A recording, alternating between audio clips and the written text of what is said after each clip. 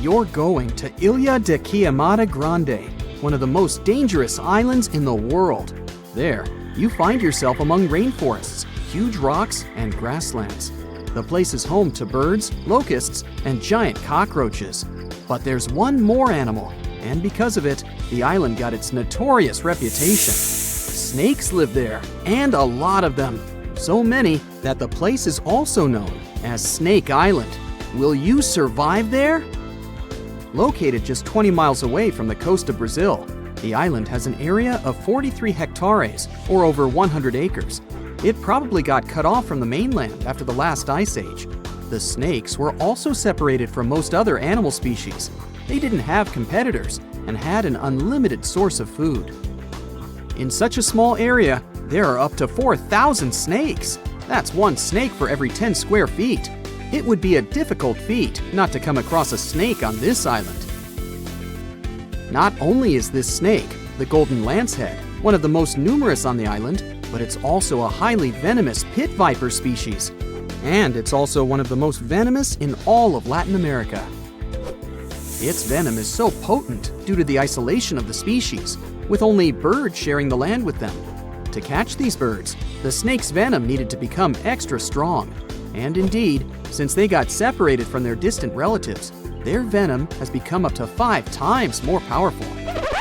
Most of the time, these snakes hide in the trees or amongst leaves on the ground. If you find yourself stranded here, you'll want to keep yourself a safe distance away. Snakes mainly use their sense of smell and rely on vibrations. If you get too close to one, either stand still or slowly walk away. If you make too many vibrations, this will make them feel threatened, causing them to strike.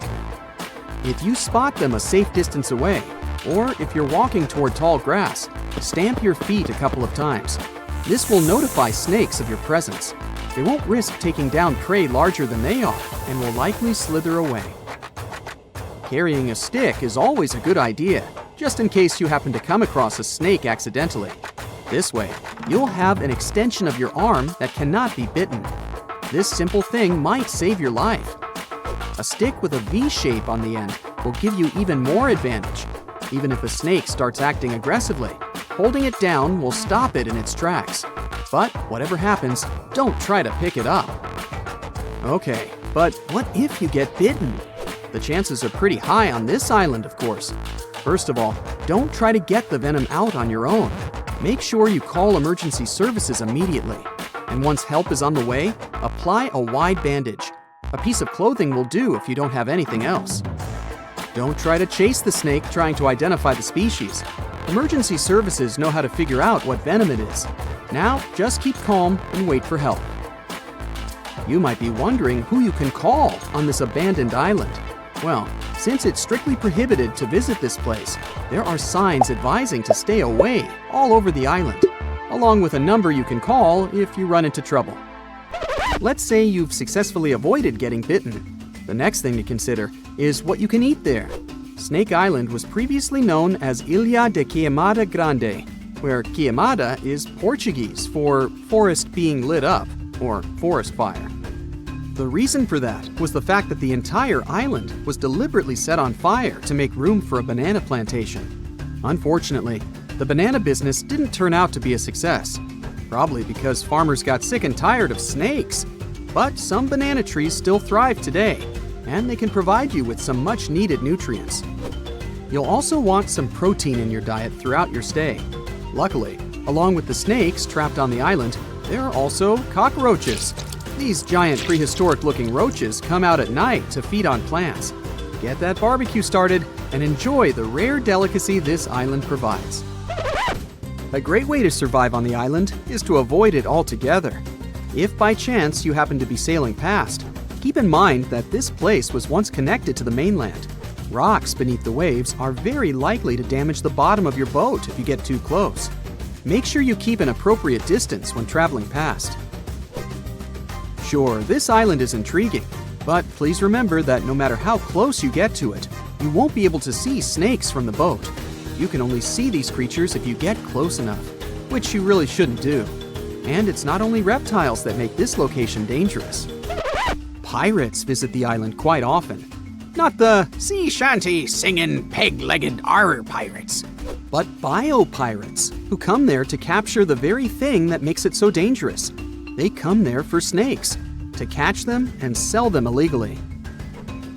Since the island got cut off around 11,000 years ago, the Golden Lancehead has evolved within its own unique habitat. So, although there are many reptiles on this island, they're still an endangered species. Due to their limited numbers, their value is very high, reaching up to $30,000 on illegal markets, which gives biopirates the motivation to catch them. I can think of better ways to make a living. Anyway, let's say you've got all the resources necessary to survive in one of the most dangerous places on Earth. Do you think you would manage this feat? Perhaps you think it's impossible. You'd be surprised at how possible it can be, if you know what you're doing. It turns out many have visited this scary place before. Research teams often come there. They study the Golden Lancehead snake, its environment, and its food sources for conservation purposes. But scientists always make sure there's a doctor on the team. There's also a lighthouse on Snake Island. It had been operated by people until the 1920s. Then it became automated. One guess why. Brazilian authorities visit the lighthouse once a year to make sure it's still functional. Locals on the mainland know the reputation of the island, so the stories of people going missing are minimal. But one group of fishers once got too close to the island. As they were sailing along their normal route, they accidentally neared the shore. Their boat hit a rock under the waves and began filling with water. As the boat was quickly sinking, the men had only two options: to try to survive in the rough sea or swim to the shores of Snake Island. It was a hard choice to make. After all, they had heard the stories, and it wasn't just about snakes. Rumor had it that the island was cursed. Regardless of the stories, the fishers chose to take their chances with Snake Island. After making it to the shore, they tried to be careful. Their knowledge of the island could help them survive. Most importantly, they knew to avoid the rainforest at all costs. As the men got hungry, they carefully walked along the edge of the forest, warily collecting bananas. They were mostly sitting, waiting, and conserving their energy. They could only drink water when it rained. It was just enough to sustain them. They slept on the beach, unprotected from the elements and weather. And all the time, they were so close to the comfort of the lighthouse or caves.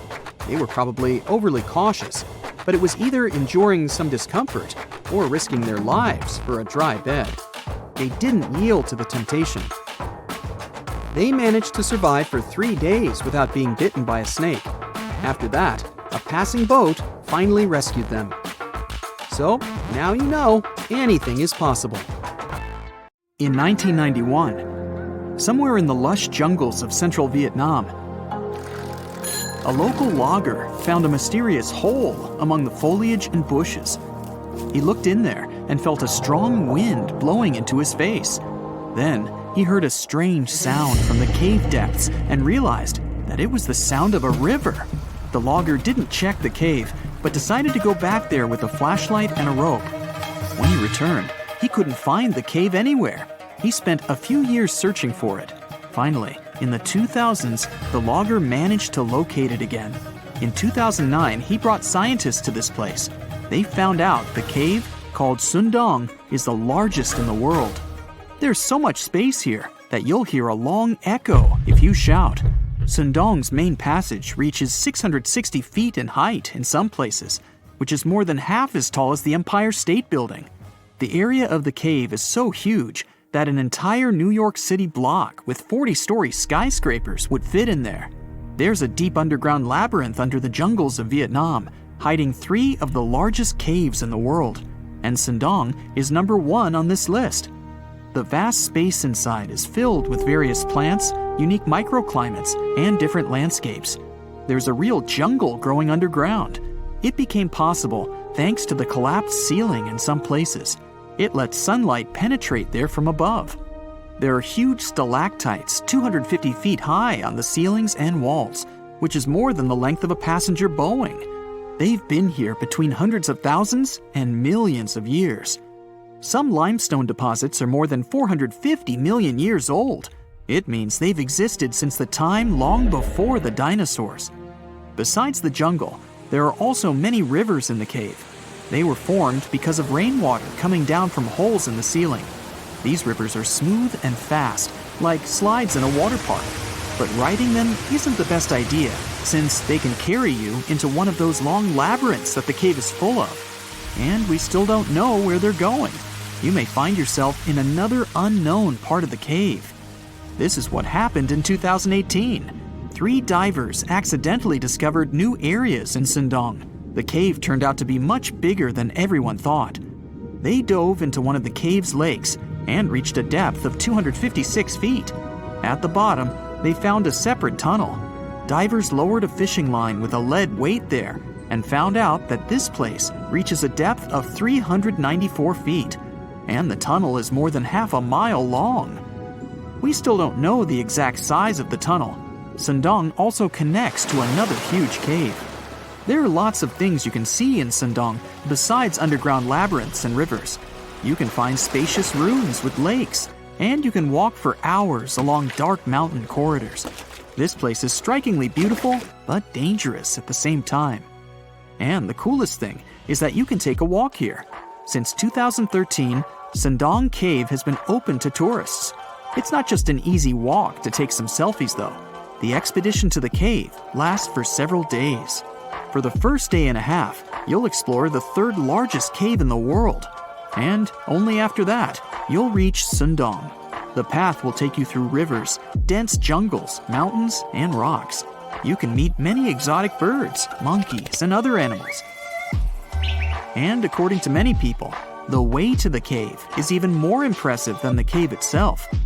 When you reach your destination, you'll spend the next few days exploring Sindong. Together with other tourists, professional guides, and porters, you'll be sleeping in tents in different places in the cave every day. You'll see some stunning landscapes and, get ready for this, 400-million-year-old majestic fossils.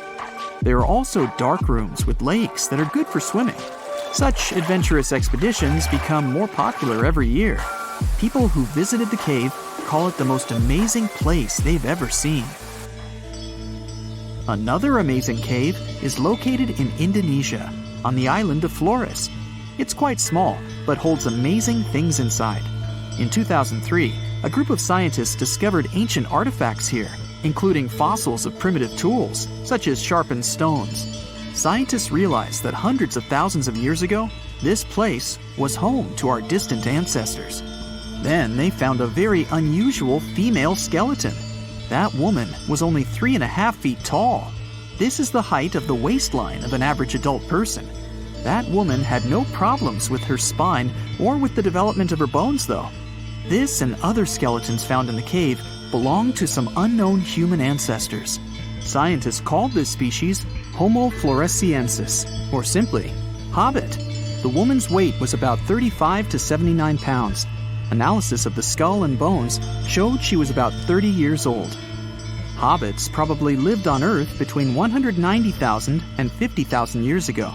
There's a chance they met the ancestors of modern humans. The next cave is in Turkey. Imagine that you live in an old house and decide to make some repairs. You throw all the old stuff out of the rooms. The last place to sort out is your basement. You've hardly ever visited it and have no idea what's hidden there. But it's pretty spacious, so you decide to turn it into a room. You tear down the wall and discover the entrance to the cave. This is a tunnel that leads underground. You walk through the cave and see a real underground city. This happened in Turkey in 1963. One of the locals discovered a secret passage to a lost city in his basement. About 20,000 people could live there. There was enough space for livestock and food supplies. It's not just a maze of tunnels. There's a chapel, a school, stables, kitchens, walls, and other signs of civilization. The city was built in the Byzantine era, in the years 780 through 1180. It's not the only one down there and is connected to many underground tunnels and towns that stretch for several miles. Let's finish our journey in the strangest and most frightening cave. We're going to the southeast of Romania, near the Black Sea. Here, on a desolate wide plain, you can find a hole. This is a tunnel leading deep underground. The air inside the cave has high levels of hydrogen sulfide and carbon dioxide. Under normal conditions, the air we breathe contains around 20% oxygen, but it's only 10% here. You won't be able to breathe freely without an oxygen tank. The water and air here are poisoned. Almost no animals are able to live in such conditions, at least the ones we know about. And this cave is filled with 48 species of living organisms, 33 of which are new unknown species. Creeping things that live here can scare you, especially if you're afraid of bugs. Strange white snails and white spiders are crawling along the walls. An unknown species of leeches and transparent shrimp are swimming in the water. White millipedes with huge mustaches are creeping on the ground. Here you can also meet an unknown kind of scorpion with a transparent white body that doesn't look like any other kind of scorpion. Nothing here looks like ordinary animals at all. All creatures in the cave are white or transparent. They don't have eyes, but they have long paws and antennae whiskers that help to navigate in space. Plants can't live here without sunlight and clean air. This means that oxygen isn't produced in this place. So how do these creatures manage to survive? The answer is in the water. The surface of the lake and puddles here is covered with strangely moving foam. This substance is a living organism. It consists of 1 billion bacteria called autotrophs. Ordinary plants absorb carbon dioxide and use photosynthesis to produce oxygen. This cave is filled with carbon dioxide. Autotrophs absorb it and secrete tiny food particles. Bacteria feed on these particles. Larger organisms then feed on those bacteria, and so on. In the end, there's enough food for everyone. This process is called chemosynthesis.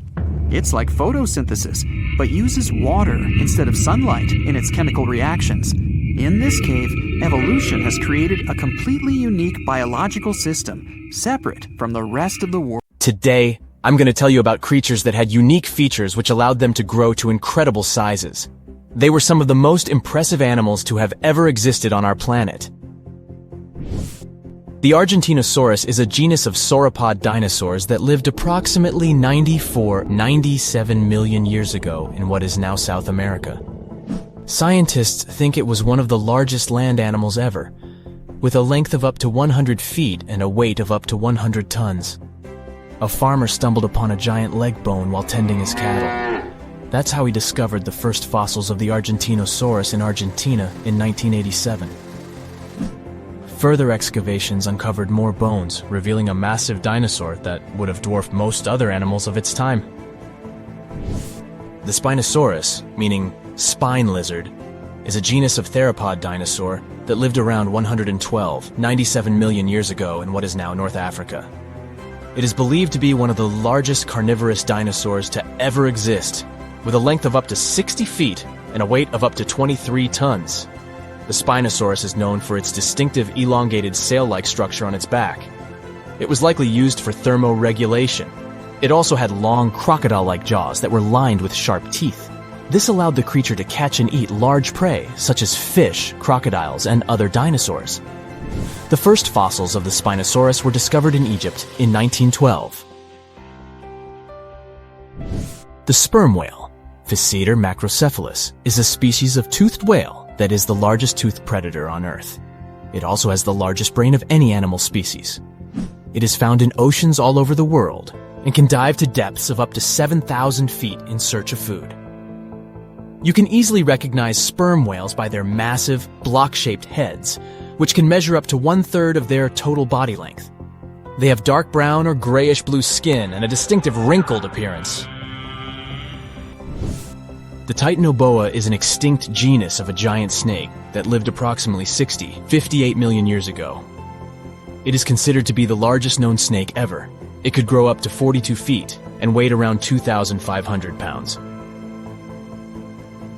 The first fossils of the Titanoboa were discovered in a coal mine in Colombia in 2004.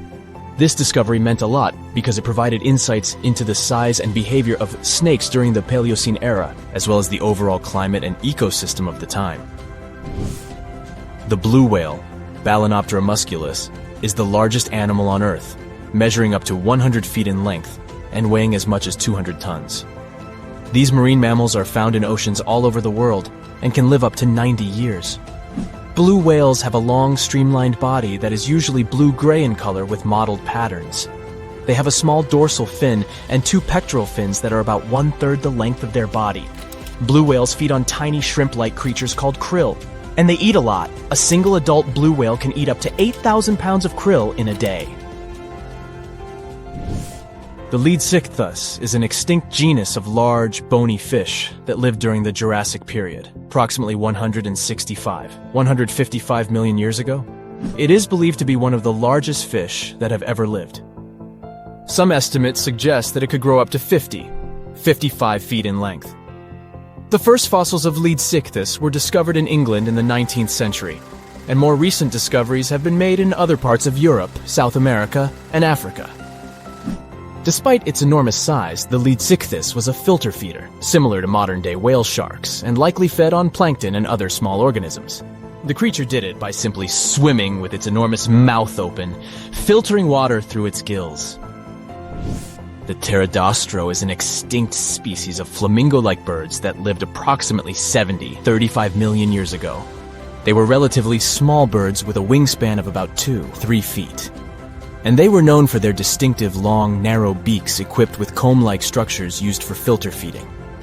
The pterodostro lived in shallow bodies of water, like lakes and lagoons, and mostly fed on small crustaceans and other tiny organisms. The animal filtered them from the water using the comb-like structures on the inside of its beak while swimming through the water. The African elephant is the largest land animal on Earth and one of the most recognizable ones. There are 2 species of the African elephant, the savanna elephant, Loxodonta africana, and the forest elephant, Loxodonta cyclotis. You can see them in various parts of sub-Saharan Africa. These creatures can be identified by their large size, gray skin, and long trunks. African elephants can grow up to 13 feet tall and weigh up to 14,000 pounds, depending on the species and gender. Your heart is racing. You're running for your life from one of the biggest creatures you've ever seen.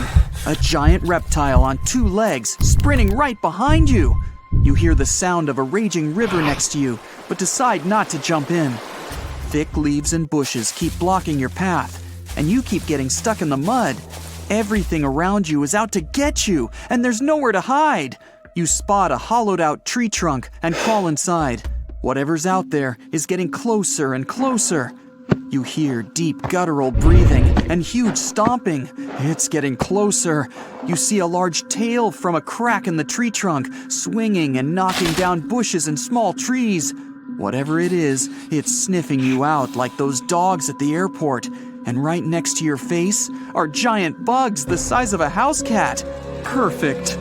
You've always been scared to even look at crawly little things, but this one's so close and so big, you can actually see its facial features. It's looking at you like you're the alien. You want to scream, but can't. Then, out of the darkness, more bugs. They're curious things, flicking their antennas all over your body. Okay, this is too much. A bug is one thing, but now, a giant centipede thing is crawling your way. Its fangs are the size of your thumb. You dart out of the tree trunk and come face to face with a giant monster. It stops and stares at you, knowing you have no place to go. Claws and teeth the size of bowling pins. That's enough to keep you up at night. It's getting ready to charge right at you. Welcome to the most dangerous period and area in history for a human, the mid-Cretaceous Sahara. This place was thriving around 100 million years ago in what would now be North Africa. Back then, the continents were all arranged differently, and the weather was wild. Extreme storms were pretty common, and temperatures would rise and fall like a Mexican wave at a soccer stadium. Then, sea levels started to rise. Water flooded the Kem region, an area between modern-day Algeria and Morocco. Over the next millions of years, asteroids, volcanic eruptions, and other natural disasters wiped out everything else. Bye-bye, dinosaurs. Thanks for playing. You probably think of the Sahara as one of the most inhospitable places on Earth. But back when it had trees and rivers, it was even more dangerous. The famous River of Giants was a huge river system that stretched from modern-day Egypt all the way to Morocco. The land was flat and not much vegetation grew there, but it was enough for life to exist. Frightening, scary life. That creature you're staring at, it's a giant, scary-looking theropod, and it's out to get you. Imagine a TRex-like dinosaur that's more than 32 feet tall and has an epic jawline. Scary stuff. They were the top dogs in the food chain back then. And that's why this place and period in history was so unique. The entire area had an incredible imbalance between hungry dinos and poor little dino snacks. There wasn't enough food to go around. Scientists were never able to find much evidence of herbivores. That means it might have been a royal rumble of carnivorous creatures waiting to pounce on each other at any moment. So, after a while of having a stare-down contest with a giant theropod, a shadow creeps up on you from behind. You're too scared to turn around, but the growling is louder than anything you've ever heard. It shakes you to the core. You turn around and see a Spinosaurus, and that's about all you can see. You know how they always show the T-Rex as the king of the dinosaurs?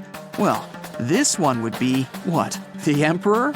It stands about 50 feet tall and has a sail of scales on its back, the size of a regular human. Then add in a crocodile-style snout with razor-sharp teeth and some short, powerful legs. Its diet mainly consists of river fish, but it's looking at you like you're a delicious fish taco. The two alphas are now in a standoff, with you stuck in the middle. But before you close your eyes and get ready to be eaten, they begin fighting each other, knocking down trees. You tiptoe your way out of there and run.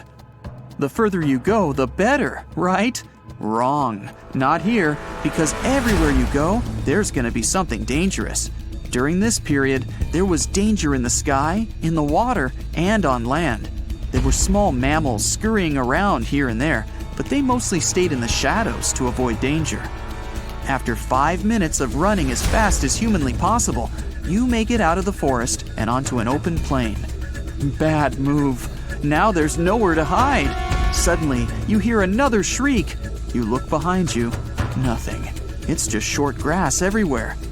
Then you tilt your head up to the sky and see what looks like a giant bird. Only these are technically flying crocodiles. There were plenty of huge pterosaurs that ruled the skies. Alanqua saharica was a flying reptile that may have eaten fish in the river. Those fish must have been tasty. It had a huge wingspan and long, slender jaws.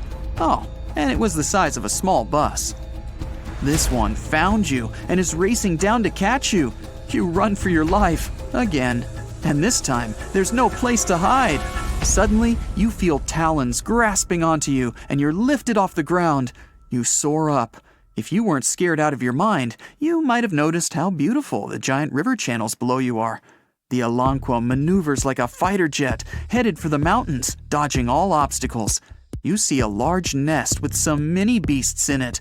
They're hungry and as large as you. Not a great combination.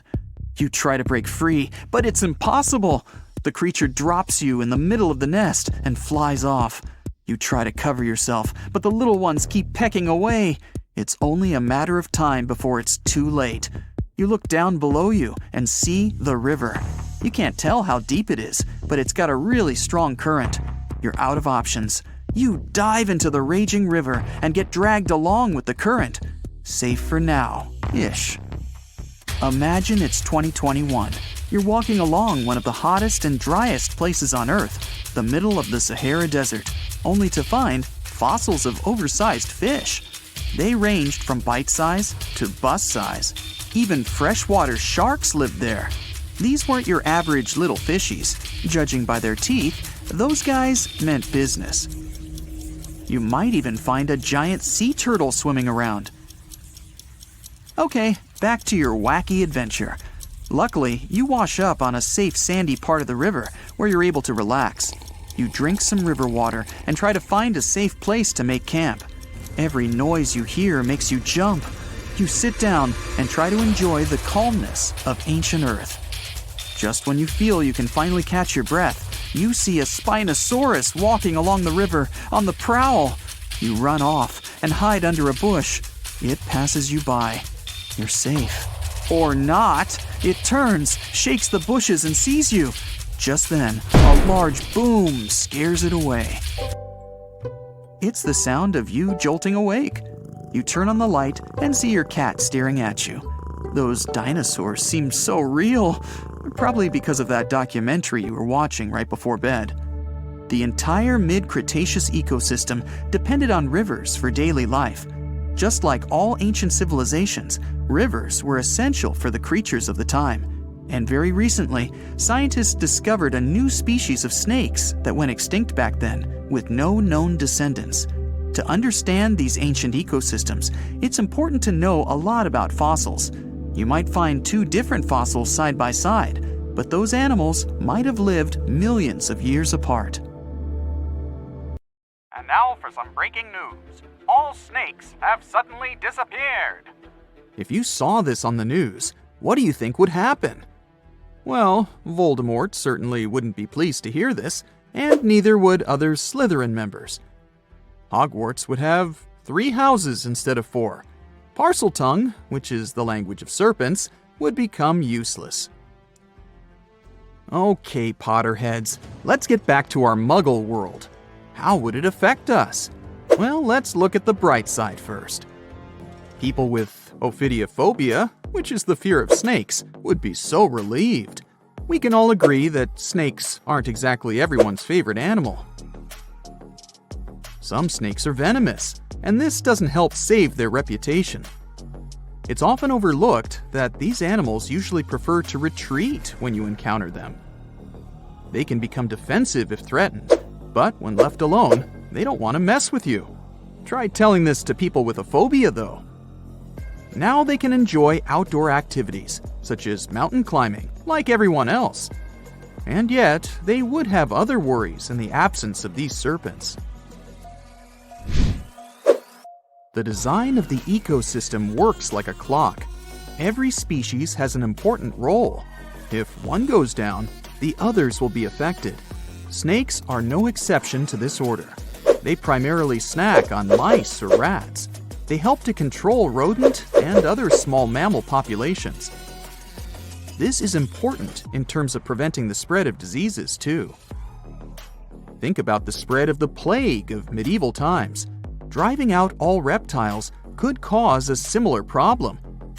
Did you know that the bubonic plague was never completely gone? It's been spotted in modern times, too. For instance, in Madagascar in 2008. So it's good to have some snakes around to protect us from disease outbreaks. You see, snakes are excellent hunters. They ambush their prey by using their highly developed senses to find and track their potential dinner. They're super mobile, can squeeze through cracks, climb on rock walls, and swim. They can even fly. Well, sort of. Flying snakes can't actually gain altitude, but they can glide. They use the speed of free fall and contortions of their bodies to follow airflows and lift themselves. Yeah, they can catch their prey in numerous ways. If we imagine a world without them, it will lead us to another phobia. Allow me to introduce you to Musophobia. It's the fear of mice and rats. People with this phobia will have a hard time with all those rats wandering around, since there are no snakes to eat them. Not to mention that a single pair of rats can have 1 million descendants in over a year. Say hello to crop damage. An overpopulation of rodents can lead to a shortage of food and competition for resources. Do I feel the Hunger Games vibes? Oh, and mice wouldn't be our only problem. You can add insects to the list too. Again, without snakes, they'll throw a party in the streets. Reptiles also play an important role in the natural environment and food webs as prey. Mongooses, eagles, and hawks would really miss snakes. Eventually, some populations of large mammals would decline, and this could lead to the extinction of some species. Then there's medicine. scientists and researchers would miss these creatures. Snake venom is the key to the development of certain medicines. For example, some diabetes and heart disease medicines have been derived from snake venom. Patients who need them will get affected too. When we mention snakes and medicine, there's something else that comes to mind. Botox. Is it really snake venom? Nope. Snake venom used in skincare isn't obtained from the animal itself. It turns out that this ingredient is called snake. It's a human-made ingredient designed to mimic the effects of temple viper snake venom. Now let's picture what life would really look like without snakes. I'm starting with day 1. People don't immediately notice the absence of these creatures. So, in the first few days, especially in cities, people would have no clue that all snakes are gone. Workers in zoos could start to panic. You would see some news about snakes missing from zoos. Then people in zoo administrations would go through CCTV footage. They would be shocked to see that snakes disappeared into thin air. After the spread of this news, authorities would probably open special departments to see if they have any snakes left in their country. Then it would turn into a worldwide issue. Some sort of a global alliance would be established to investigate what happened to these reptiles and what could be done about it. By the time authorities and people understood the severity of the situation, ecosystems would already start to change. People who live in urban environments may not be directly affected in the first few months. Then they would see more mice in their houses and in the streets. Around 500,000 mice live in the network of tunnels of the London Underground, for example. The number may vary, but many rodents live in large cities. These animals would become more visible. You'd open a kitchen cabinet and, oops, you'd see a mouse looking at you from behind a jar of peanut butter. New career opportunities would arise, since the demand to live in a mouse-free environment would skyrocket. Authorities might introduce new taxes to raise money to handle this new situation. After all, they would need to provide people with safe places to live. Of course, it would be not only urban places that would be affected by the absence of snakes. The countryside would have even more problems. Without snakes, the number of pests would increase. These animals would start destroying crops and habitats of other animals, and farmers would be in serious trouble. Authorities would need to support people living there and find ways to protect the environment, which would be their top priority. Researchers and scientists would have to take a huge responsibility. Maybe they'd create artificial snakes that could be nutritious like real snakes, so that animals like eagles would hunt them and continue to live. What artificial snakes would look like is a mystery. I can't imagine them. I'll just leave it to you. If we flashed forward to 5 years from the first day of the world without snakes, we would face an entirely different world. Maybe we would have a special day for it, the 5th anniversary of the world without snakes. The changes would be obvious, but by that time, people would have probably got used to living in that different world. Some restaurants would have already made changes to their menus. Goodbye to snake soup. Then there would be new museums dedicated to snakes. You'd be able to read about the story of their evolution and see their fossils. Maybe you'd stop by the museum souvenir shop to buy a snake-shaped pen for your friend. Lastly, we would still be looking for alternatives to snake venom in the field of medicine. I mean, it's a relief for people who show allergic reactions to snake bites, but these animals are crucial for some studies and medicines. So, researchers would still be busy trying to find alternatives that could replace snake venom. If we went 200 years ahead in time, we would see a world where people have fully accepted that snakes are gone for good. So much so that younger people would only know that there was an animal named a snake that once lived on this planet. They would get to know this animal from history books and videos. Coloring books would have a cat or a dog, but not a snake. Mythical creatures like Medusa and Shamaran would become even more mystical and interesting. Oh, and we wouldn't compare a sneaky person to a snake anymore. There would be a new definition for them. We've survived the Ice Age, meteorites, and many other challenges, so we'll probably figure something out. Fingers crossed that this scenario never gets real, though. Do you have any other version of how events could unfold in a snakeless world? So, does the mysterious Devil's Gardens in the Amazon rainforest ring any bells? Don't worry, it's not some spooky phenomenon. It's the work of some tiny but mighty insects called the lemon ants. These ants inject a natural herbicide, formic acid, into any other plant that is not the tree species that they call home. By doing this, they create a space for their treehouse saplings to grow, allowing the ant colony to expand as it occupies new nesting sites in the saplings. That's some efficient gardening, if you ask me. But don't be fooled. These devil gardens are not just a bunch of boring old trees. In fact, they are botanical anomalies that grow very slowly every year, and some of them are over 800 years old. Who knew ants could create such impressive and long-lasting structures? Of course, the rainforest is still one of the most diverse ecosystems on Earth, with a remarkable diversity of plant life. But it's fascinating to see the control ants can have over their environment, creating single-species structures in such a complex ecosystem. But where does the name Devil's Garden come from? We know ants are to blame, but is there something else hiding in the Amazon rainforest? Well, picture this. You're strolling along, taking in the lush foliage, when suddenly you stumble upon a clearing. But wait, there's something strange about this patch of land. There's no vegetation, just a handful of trees standing alone in the dirt. What's going on here? It's easy to understand why people came up with this name after seeing the weird stretch of vegetation. And as humans do, they came up with quite an impressive legend to back up the story. It was said that the inhabitant of this eerie oasis was a shape-shifting evil spirit, like me.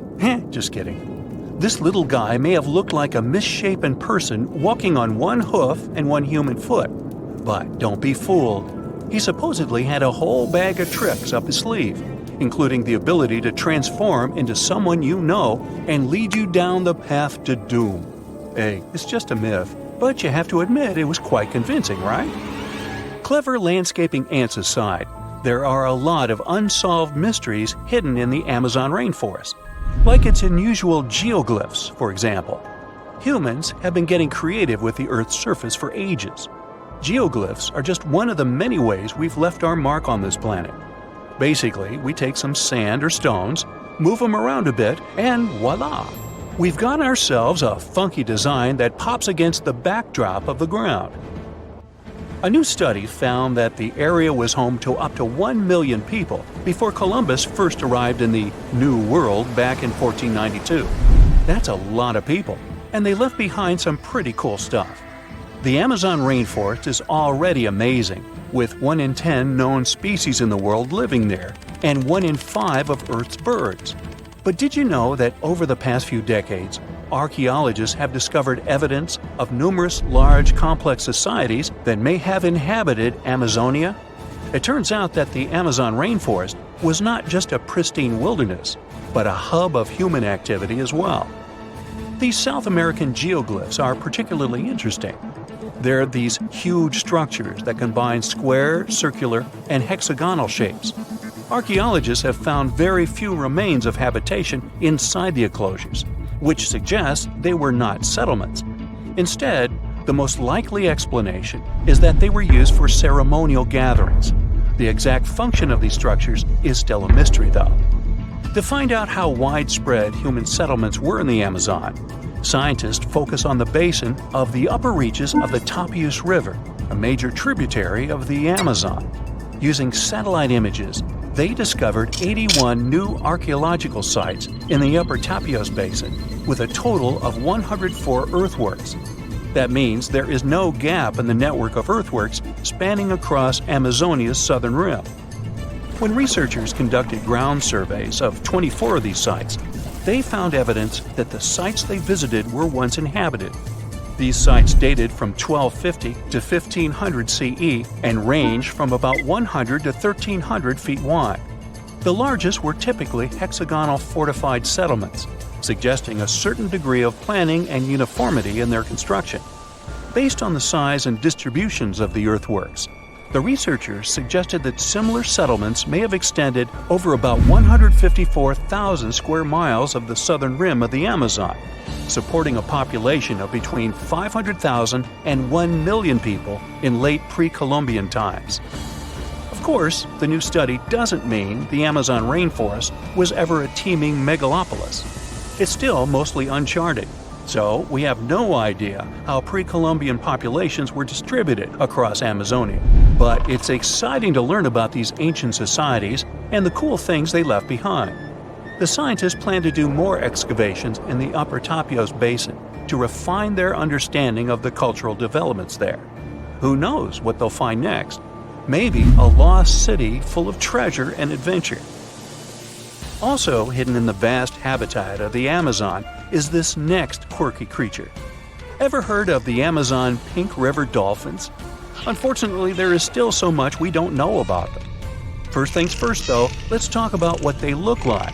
So picture this, a small, light-colored dolphin with a pink nose and lips. They're the Barbie of dolphins. Aside from that, they look like regular dolphins with plump bodies, bulbous foreheads, skinny snouts, chubby cheeks, and small eyes. They can be found in countries like Bolivia, Brazil, Colombia, and Peru. They're also the only species of river dolphin found in the Amazon River. Unfortunately, these little guys are officially critically endangered species, so there are not many specimens available that scientists can study. No other name is more famous when it comes to exploring the Amazon rainforest than that of Percy Fawcett. He dedicated his life to exploring the area in search of a lost city. And not just any city, but an ancient, mysterious city that he called Z. Sounds like something straight out of an Indiana Jones movie, right? Percy was born in England in 1867 and had quite a career before he started exploring. But he didn't let his profession hold him back from following his dreams of exploring South America. In fact, he made 7 expeditions to the Amazon between 1906 and 1924, each time getting closer to uncovering the secrets of Z. Now, let me tell you a little bit about how large the Amazon rainforest is. How big is it? I asked myself. It's so big that you could fit the whole of the UK and Ireland into it a whopping 17 times. That's a lot of trees and animals to navigate through. But Percy was up for the challenge. Despite his best efforts, Percy never found the lost city of Z, and sadly, he disappeared during his final expedition in 1925. But his legacy lived on through the years, inspiring many to become archaeologists and explorers themselves. In fact, a book called The Lost City of Z was written about Percy's adventures and was even made into a movie. It's not all hidden mysteries and wild nature out there. There are around 1 million indigenous folks living their best lives in the Amazon rainforest. That's right, they hunt, fish, farm, and even have access to Western medicine and education. But here's the kicker. Not all of these folks are keen on socializing with outsiders, and can you blame them? For years, loggers, miners, and ranchers have been, shall we say, behaving badly toward these communities. It's no wonder that some tribes have chosen to stay isolated and protect themselves from the dangers of the outside world. In fact, in 2018, Brazilian authorities were able to snap a photo of a man dubbed the Indigenous Man in the Hole. He's the last remaining member of his tribe. But don't feel too bad for him. He's doing just fine on his own and has made it pretty clear that he's not interested in outside visitors. The authorities still leave him some seeds and tools though, so it's not all bad news. How heavy is the largest living snake? How can a snake eat a whale? Get ready, I'm about to answer these questions. Before the last ice age, giant mammals like mammoths ruled the world. The modern animal kingdom we're familiar with was shaped around 55 million years ago. I mean, there were still 1,000-pound bear dogs living from Asia to America. But modern whales, for instance, began to appear later. I'm saying modern whales because, surprise, surprise, whales weren't always fully aquatic. The ancestors of the ocean's biggest animals once walked on dry land. They had 4 legs and lived on the coast. Now, I want to introduce you to a snake that used to eat these whales, the Paleophis, a genus of a marine snake. Scientists say it's hard to understand how big the Paleophis was due to its fragmentary fossil record. They assumed that it could have reached up to 40 feet long. Its fossils were found in different parts of the world, from England to Morocco and Virginia, USA. The Paleophis is extinct now, and sea snakes today are only about a quarter of the size this majestic creature used to be. So no need to worry about this underwater monster. But there once was an even bigger snake, the Titan boa. It was around 50 feet long and most likely weighed over a ton. It used to live in what is now known as northeastern Colombia, around 60 to 58 million years ago. Scientists say that it mostly fed on fish. Another giant animal that lived in the past was the black Gigantopithecus. These primates aren't related to gorillas. They lived in the area of modern China. Some people believe that they're still alive, but so far, no one has laid eyes on them. Some people even go further and say that the stories of Bigfoot or Yeti are based on these animals. This rodent became extinct about 2 million years ago. Its main habitat was South America, more specifically, Uruguay. What's astonishing about this species is that it was the largest rodent ever known. It was bigger than a bull. Scientists believe that it weighed up to 1,000 pounds. A distant relative of this rodent is still alive today. It's called the pacarana. It's a rare animal that lives in South America. It weighs up to 33 pounds and measures up to 31 inches, not including its cute and fluffy tail. The Arthropleura was an insect that lived in prehistoric times. Imagine a giant millipede measuring up to 8 feet in length. Here you go. It was one of the largest land animals of its era, about 315 million years ago. The Arthropleura's shell was covered with tough plates. These plates were there to protect the creature from damage. Most of the time, it burrowed into the ground to avoid becoming some other animal's dinner. Meet the Megalodon. Millions of years ago, this shark lived in the ocean and ate other marine creatures. It had wide teeth, and its jaws were so powerful that the animal could finish off its prey with the force of its bite. It was one of the largest sharks to ever exist. Yet, this predator also went extinct. Scientists don't really know the reason. This made me wonder why animals were so big in the past. Nowadays, smaller creatures flee or hide from predators.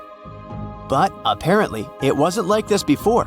Many centuries ago, animals didn't just run or hide, they fought back. Research suggests that this behavior may have been the most important motivation for prey to grow bigger. A study compared the skulls of ancient animals to those of their modern peers. The skulls of predatory animals have become shorter and narrower, while the skulls of the animals they hunted have become longer and broader. This means that predators learned to become experts in hunting, while prey worked on developing their defense skills. You see, a larger body size was a great advantage because it made it harder for predators to take down the animals they hunted. The bottom line, self-defense made prehistoric animals larger. The second reason why ancient animals were larger is related to their bones. They had hollow bones, which are lighter than solid bones. This type of bone allowed large animals to move quickly. Let's take sauropods. They were a dinosaur subgroup. Sauropods had giraffe-like long necks and snake-like long tails. Compared to their body size, their head was really tiny. But since their bones were quite light, they could move around without having to carry additional weight. The eating habits of these animals were also related to their body size. When experts examined the fossils of one extinct mammal species, they found out that these animals had a diet that was high in nutrients and low in fiber. and this mammal was the largest land animal of its period. In other words, following this diet, mammals could grow to be very large. There was plenty of food out there, so they didn't have to worry about finding it. Fun fact, these animals also took chewing out of the picture. They could swallow their food in large pieces instead of taking small bites. Environmental conditions also played an important role in the evolution of larger animals in prehistoric times. Those animals tended to live in warm, moist climates that provided them with a lot of food. They didn't have to compete for food sources. Researchers believe that because of these conditions, natural selection worked in a certain way. I mean, body size was more important than such traits as agility and speed. Oh, and did you know that large animals tend to produce more carbon dioxide? And ultimately, a bigger volume of carbon dioxide increases the amount of vegetation in the animal's habitat. As for the abundance of oxygen in the atmosphere at that time, it could be another vital element for some animals' growth. A good but scary example of an animal that benefited from the high levels of oxygen can be the cockroach of the Paleozoic era. At that time, cockroaches were the size of modern house cats. Now this one would give me the chills if I ever faced it. Ugh. What about today? Well, there are over 3,000 species of snakes on Earth. The smallest snake in the world is the Barbados thread snake. It's only around 4 inches long when fully grown, and the largest one? It's the reticulated python. This snake reaches around 20 feet in length. The longest python was discovered in 1912. It measured 32 feet long. As for the largest and heaviest reticulated python, it was named Medusa. Medusa was approximately 25 feet long and weighed 350 pounds. These reptiles lived in Southeast Asia in rainforests, woodlands, and grasslands. Don't be confused though, the reticulated python isn't the heaviest snake in the world. This title belongs to the green anaconda. It weighs approximately 500 pounds. Green anacondas are found in South America and Trinidad in damp, humid areas. I have a bonus for you. Here is a flying snake. You can find these snakes in Southeast Asia. They don't fly like birds, of course, but they do use the power of flight. They can go as high as 300 feet. They leap from tree branches into the air. Once they take off, it's all about aerodynamics.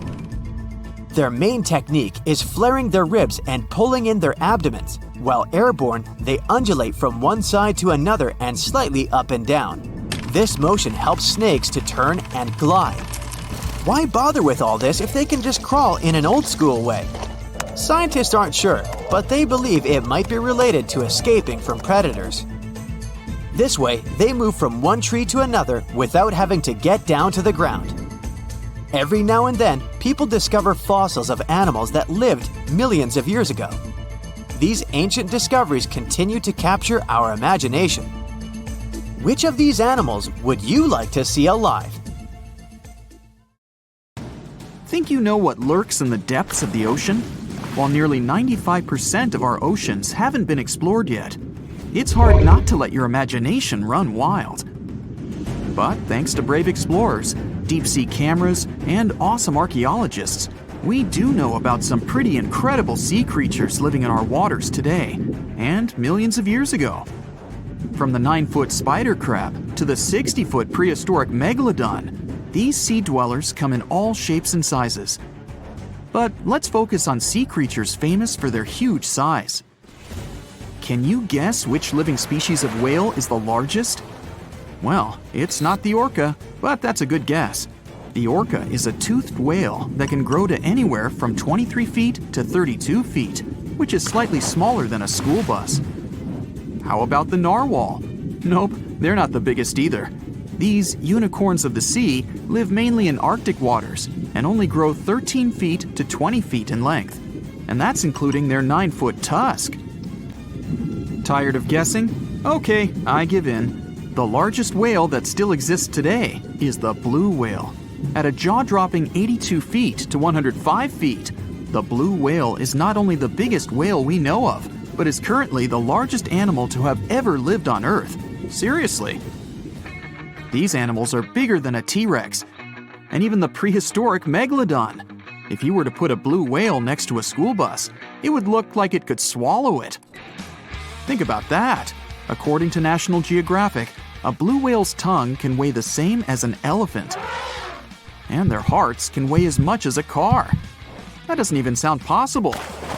It's no wonder these giants need to eat about 4 tons of krill every day. While there aren't too many animals living today that can compete with the blue whale's epic proportions, there is an entirely different species that is a good contender, and it's not quite what you would expect. It's a jellyfish. No, I'm not talking about the little jellyfish that wash up on the shore and ruin a perfectly good day at the beach. I'm referring to the lion's mane jellyfish, the biggest jellyfish around. This invertebrate can grow up to 120 feet long. They also come in different gorgeous colors like red, purple, or even shades of orange. As if their length wasn't impressive, the lion's mane jellyfish boast a whopping 8 sets of 70 to 150 tentacles. That means they can have up to 1,200 in total. And here's the giant oceanic manta ray, the largest type of ray in the world. Their wingspan can be longer than a bus. These guys can reach 30 feet in length. They also have the biggest brain compared to body size among all fish. Unlike their stingray cousins, mantas don't have venomous tails. And while the lion's mane jellyfish and the blue whale are yet to be beaten for the longest sea creature, there is one marine creature that can grow even larger in length. The Portuguese Physalia physalis, tentacles and all, can reach a length of 165 feet long, and that's according to mentalfloss.com. While this thing may look a lot like a jellyfish, it's actually known as a siphonophore, and there are hundreds and sometimes thousands of them that are genetically identical. Their long tentacles help the organism catch prey, and its sting is fatal to most animals, even humans in some cases. What's even creepier is that if one of the tentacles comes off the organism for whatever reason, it can float around the water for days before decomposing. Even if it's detached, this tentacle can still sting you. But don't go running out of the ocean just yet. Your chances of being hurt by a Portuguese Physalia physalis sting are pretty slim. However, if you do get stung, the side effects aren't pretty, with welts, stomach cramps, an elevated heart rate, and an upset stomach. While you don't want to go anywhere near these long creatures, they sure are pretty to look at. Check out all those colors. The Shastasaurus is the biggest marine reptile that has ever existed. These predators lived during the late Triassic period, about 210 million years ago. These amazing giants could reach lengths of up to 69 feet and weighed more than 75 tons. This made the Shastasaurus as heavy as a blue whale. And if you could stand this creature up vertically, it'd be as tall as a 7-story building. Despite appearances, the Shastasaurus was actually pretty slim for its size. Its ribcage was only 6 feet across. You'd think that this big guy was chowing down on other dinosaurs, but that's not the case at all. This reptile survived on a diet that consisted of small fish and cephalopods, like octopuses and squids. The Albertonectes is a bright representative of the plesiosaur family, meaning that this marine reptile had a small head on an incredibly long neck and large flipper-like limbs that helped it move through the water. These creatures occupied the seas around North America 76 to 70 million years ago. The length of this sea monster could reach 38 feet, with its neck taking up 23 feet of that length. Its neck was a true record breaker. It had a whopping 76 bones in it. No other animal known to humankind has had so many vertebrae in its neck. Scientists aren't sure why they needed such a lengthy neck. They might have used it to collect shellfish off the seabed, or perhaps it helped them capture their main prey, fish and squids. This aquatic reptile also had gastroliths in its stomachs. Some of them were as big as 5.5 inches in diameter. The Tylosaurus belonged to the mosasaur family. It dominated the shallow seas of North America about 85 to 80 million years ago. This was an enormous predator, with the biggest representatives reaching 45 feet in length. It had a narrow hydrodynamic body with a blunt, powerful head that the animal used to ram and stun its prey. Its body was equipped with agile flippers and a long tail decorated with a maneuverable fin. The Tylosaurus was a carnivore, and its diet included not only fish, turtles, and small sharks, but also other mosasaurs, plesiosaurs, and flightless birds. Meet Ophthalmosaurus. This prehistoric reptile thrived during the late Jurassic period and lived in oceans all over the world. Ophthalmosaurus weighed somewhere around 6,000 pounds and grew to approximately 16 feet long, according to newdinosaurs.com. That's about the same length as the beluga whale that exists today. It's too bad these guys went extinct before we had a chance to see them ourselves, as their cartoonish wide eyes and dolphin-like features are pretty darn cute. Of course, the Ophthalmosaurus evolved over time to become ophthalmologists, or eye doctors that we know today. No, that's just a lie. Just testing you. The Mosasaurus is a truly gigantic predator that dominated the seas all over the world about 66 million years ago. According to fossil evidence, some specimens could be more than 50 feet in length. This fact makes the Mosasaurus the biggest marine carnivore of its time. One of the most terrifying things about this creature was its crocodile-like head, decorated with literally hundreds of razor-sharp teeth, neatly organized in 2 rows on both jaws.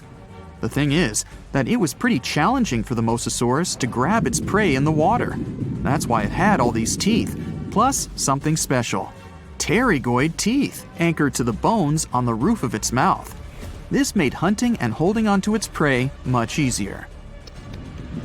The Styxosaurus belonged to the plesiosaur family and lived during the late Cretaceous period, around 85 to 70 million years ago.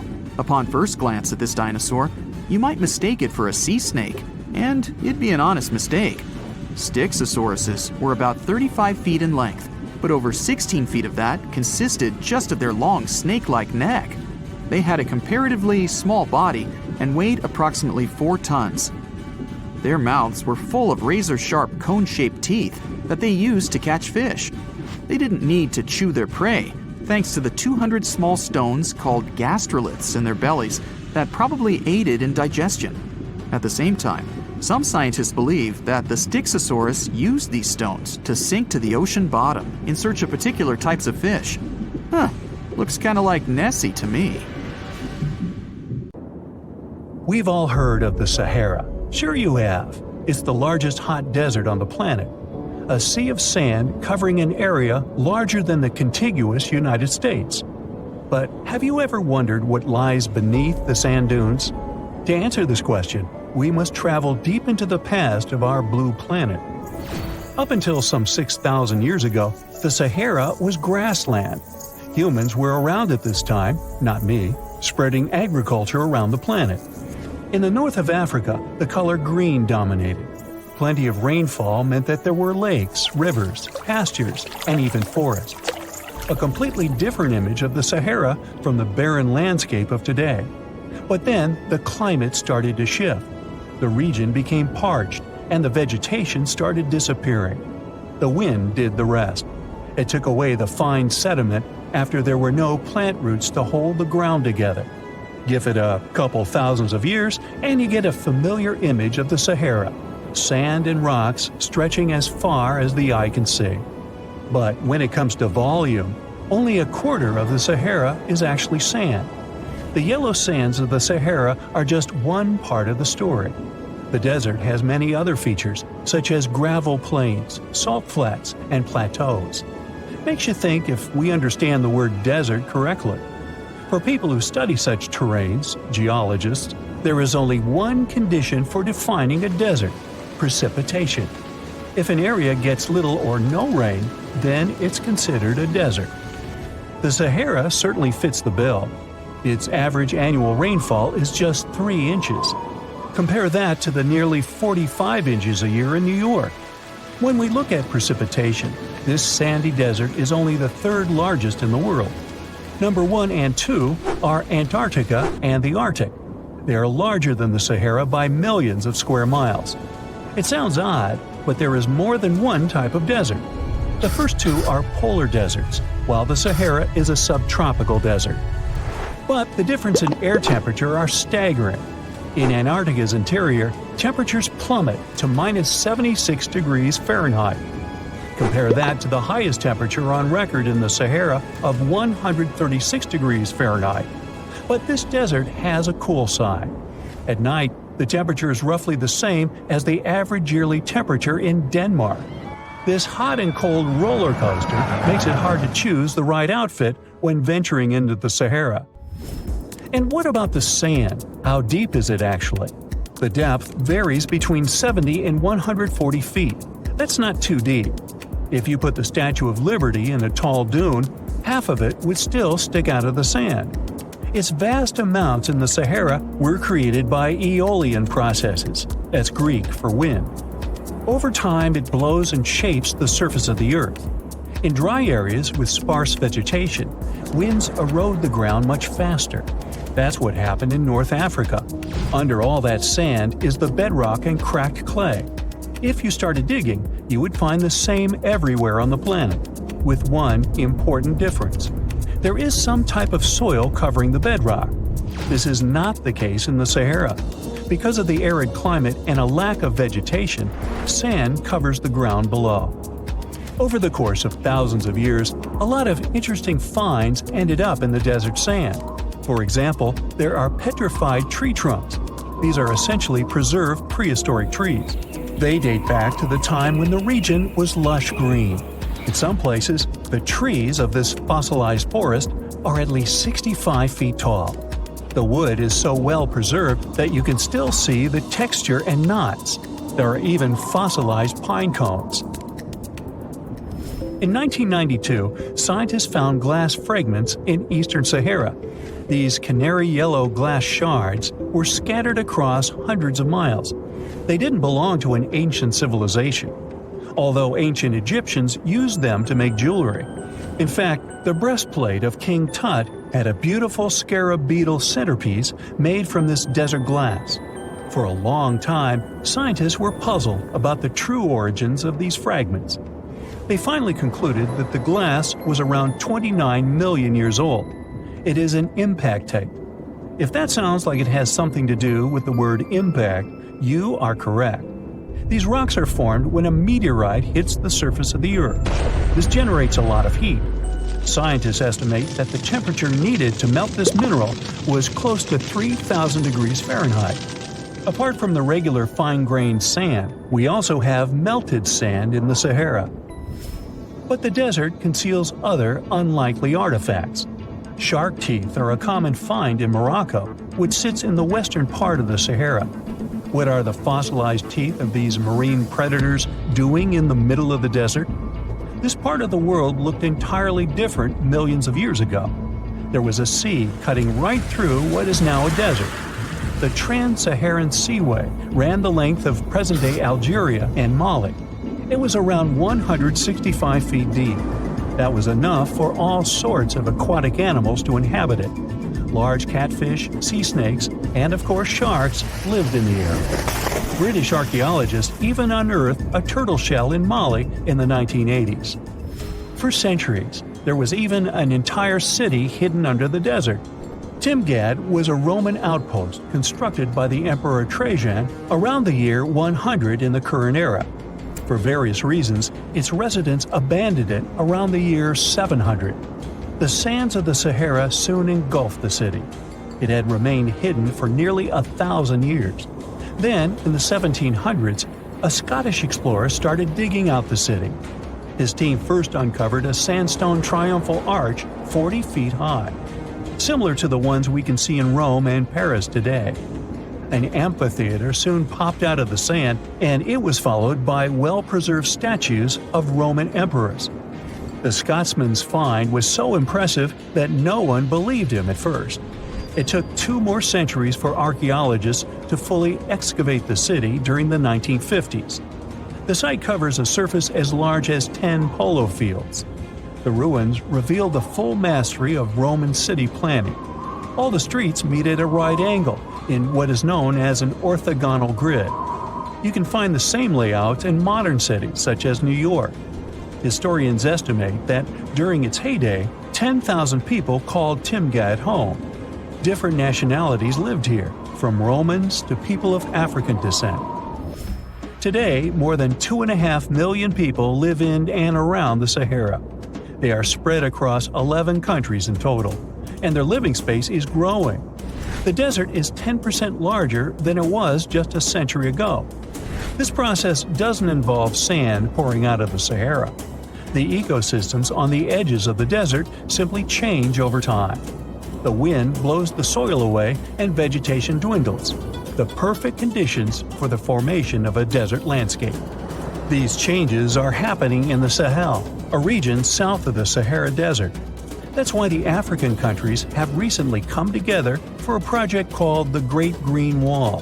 The primary goal is to stop the desertification of the Sahel and hold back the sands of the Sahara.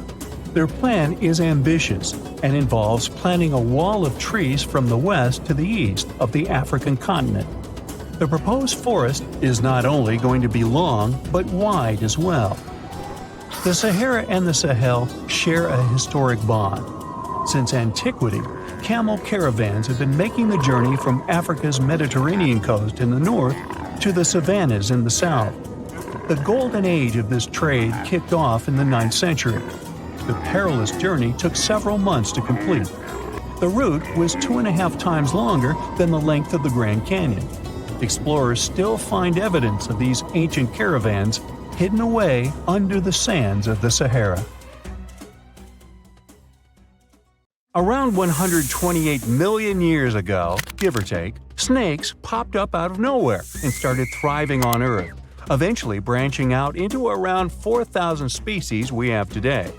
But it's not just because they ditched their limbs and got all long and slithery. Even though there are 25 groups of limbless lizards, snakes are the one who really hit the jackpot in terms of diversity. To figure out what makes snakes so successful, scientists looked at over 60,000 snake and lizard specimens from museums all over the world. According to them, snakes have been evolving faster than lizards in key ways, which gives them the upper hand when it comes to exploring new opportunities. So if you think this is creepy, hey, I'm right there with you. But let's push forward. One major factor of their success is their feeding habits. With their flexible skulls and keen sense of smell, snakes can eat animals way bigger than their heads and track down prey like champs. When dinosaurs got wiped out around 66 million years ago, snakes were ready to adapt to the changing world and fill those empty spots. Now, we're not sure why snakes evolved so quickly, but it's clear that there's something special in the grand scheme of evolution. Just like the sudden explosion of flowering plants, these macroevolutionary singularities have shaped life on our planet in unexpected ways. Now, snakes can be found almost everywhere on Earth, showing off a wide range of traits and habitats. They can be found in deserts, rainforests, grasslands, and even deep oceans. All snakes are predators, munching on different prey, including insects, small vertebrates, other snakes, and sometimes even larger mammals or humans. Ow! However, you won't see any snakes in Ireland. Why? Well, one of the most famous legends about St. Patrick involves him driving these reptiles out of Ireland. Still, experts think snakes never lived in Ireland to begin with, so it's more of a symbolic story than anything else. There are a few more places in the world where snakes don't exist, like Iceland, Greenland, New Zealand, and Antarctica. New Zealand's lack of snakes is especially intriguing, considering its proximity to snake-heavy Australia. The reason for this seems to be the country's ever-changing climate, which makes it difficult for snakes to thrive. Now, even though New Zealand is snake-free, sea snakes occasionally make an appearance in its waters. The yellow-bellied sea snake and the yellow-lipped sea crate are known to visit the island every now and then. So when it comes to what country has the most snakes, Brazil takes the prize. With over 375 species calling it home, Brazil has a mix of harmless and dangerous snakes. The country's vast rainforests provide a perfect habitat for these reptiles, including famous constrictors like the anaconda, the boa constrictor, and the emerald tree boa. Brazil is also home to venomous snakes, such as the fer-de-lance and coral snakes. However, if you fear going to a Rio carnival just because you're terrified of Brazilian snakes, I've got some news for you. Out of 4,000 snake species in the world, only around 600 are venomous, and only about 200 of them can cause harm to humans. So, fatal snake bites are less common than people might think. Chances you stumble upon a bad snake are like 5%. Now, it's hard to say exactly how many individual snakes there are out there, as they tend to, keep to themselves. However, scientists can make estimates about the number of specific species. For example, they believe that there could be as many as 1 million common garter snakes in the wild. Cute little guys. Unlike the super widespread common garter, the St. Lucia racer is one of the rarest snakes in the world. It had quite a roller coaster of a story. Thought to be extinct, then found again, then lost, and finally rediscovered in 2012. The survivors are spending time together on a teeny island called Maria Major, after being wiped out on the mainland by mongooses and other invasive critters that like to snack on these harmless snakes. Another reason snakes hit an evolutionary jackpot is because they have this cool thing that they're basically solar-powered and depend on outside sources of heat or light. People often say they're cold-blooded, but that's not entirely accurate. Their blood isn't cold. The right word for them is ectothermic, which means their body temperature can change and is controlled by the environment. While mammals and birds can keep their temperature steady, reptiles must soak up the sun or find other ways to warm themselves up. Now, some snakes do not lay eggs, defying the traditional classification of reptiles as egg layers. While it may have been taught at school that all reptiles lay eggs, nature has its exceptions. About 70% of snakes lay eggs, but those living in colder environments give birth to live young because eggs would not survive in such conditions. Nature always has a way of challenging our expectations and classifications. Snakes are a successful group of tetrapods, even though they don't have the 4 key-footed feature that tetrapods are named after. Despite this, or maybe because of it, snakes are super diverse. It might seem like this diversity dates way back to the times of dinosaurs, over 100 million years ago. But modern snakes seem to have emerged more recently. Fossils and DNA suggest that snakes started to spread out and evolve after the mass extinction event that wiped out dinosaurs. They took advantage of the empty habitats and niches left behind by the long-gone species. In terms of movement, snakes are super flexible and can crawl, burrow, climb, swim, and some can even fly. The ancient ancestors of snakes were quite different from what we see today, with some species even having well-developed limbs. Snakes continue to evolve through the late Cretaceous period, with various species appearing around the world. Only a handful of modern snake families emerged later, millions of years after the extinction of dinosaurs. The snake fossil record is patchy, making it hard to piece together their evolutionary history. To make sense of it all, scientists turned to DNA analysis. Molecular clock techniques help estimate when various snake lineages split off from each other, suggesting that most of the modern snake diversity is younger than dinosaurs. Only a few snake lineages survived the mass extinction event at the end of the Cretaceous. But these few survivors managed to give rise to the incredible diversity of snakes today. Some snake families persisted for millions of years until they eventually went extinct, while others thrived and diversified in the aftermath of the mass extinction event. This pattern of survival and rapid diversification resembles what we see in the bird and mammal fossil records after the extinction of dinosaurs. The ability to burrow, hunt in the dark, and go long periods without food helped some snakes survive the chaos after the mass extinction. Their flexibility and adaptability allowed them to find shelter and thrive when other species couldn't. Snakes can be some of the scariest animals around. Most snake species are harmless and don't bother humans, even if they wanted to. Most snakes are too small to pose a real threat to people. But there are some big snakes out there that can eat surprising things.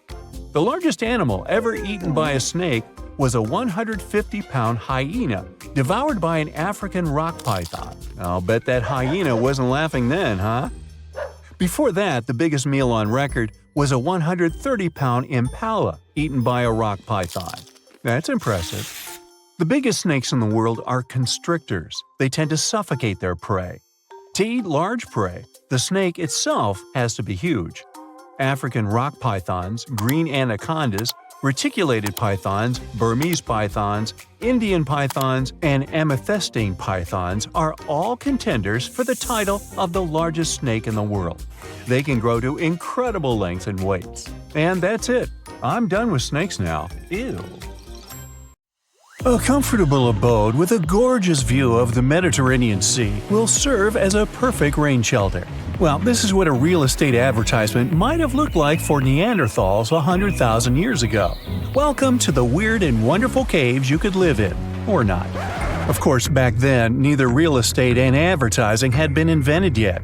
Never mind the fact that Neanderthals couldn't build houses and often lived in caves. Yet, one of those caves looks an awful lot like a residential building.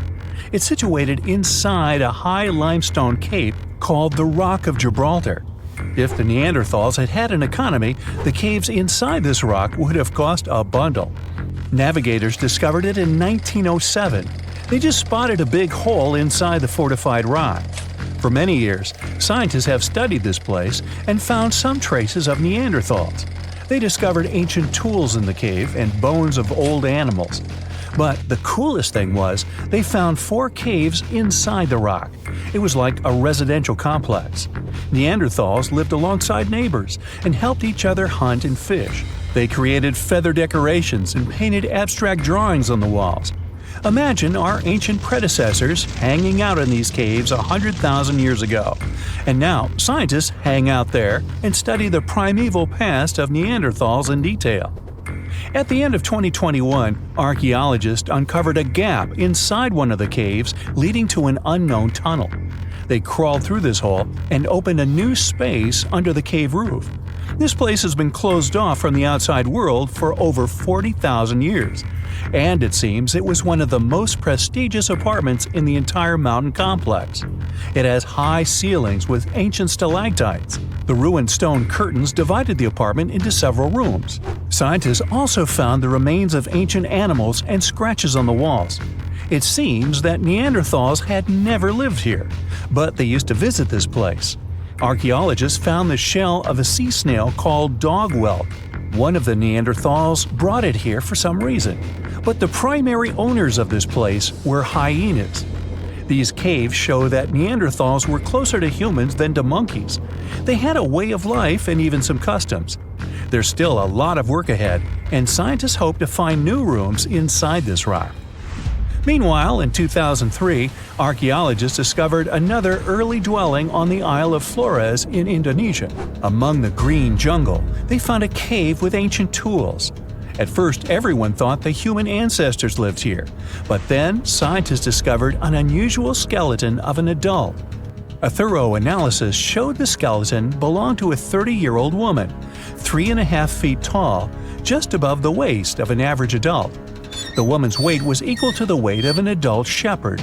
The skeleton didn't belong to Neanderthals or Australopithecines. It was a new unknown species, which scientists called Homo floresiensis, or simply the Hobbit.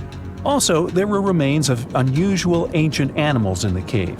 It was an elephant the size of a cow, some large storks, and giant rats. Archaeologists have found out that hobbits were not the owners of this place. The main inhabitants were the rats the size of a cat. Maybe they were fighting the hobbits. Some analysis shows that Homo floresiensis wasn't our direct ancestor. They were in a separate branch of evolution. The hobbit skeleton looks more like that of a monkey than of modern humans. In 2009, in the dense jungle of Vietnam, archaeologists discovered Son Don, the largest cave in the world. If you go inside the cave and shout, you'll hear your echo a long time. In some places, the height of this cave reaches half the height of the Empire State Building. and the total area is larger than one central block of New York. Son Don is one of the 3 caves in the Vietnamese jungle. Many intricate mazes connect these caves. Inside, you can find unique plants and trees that live separately from the outside world. It's a real underground jungle. In some places, you can find collapsed ceilings that let the sunlight in. Besides unusual trees and plants, ancient stalactites hang there. Some limestone deposits are more than 450 million years old. They were here even before dinosaurs appeared. There are also many rivers in the cave. Rainwater coming down from holes in the ceiling has formed them. Fast streams resemble slides in a water park. They lead to unknown underground labyrinths.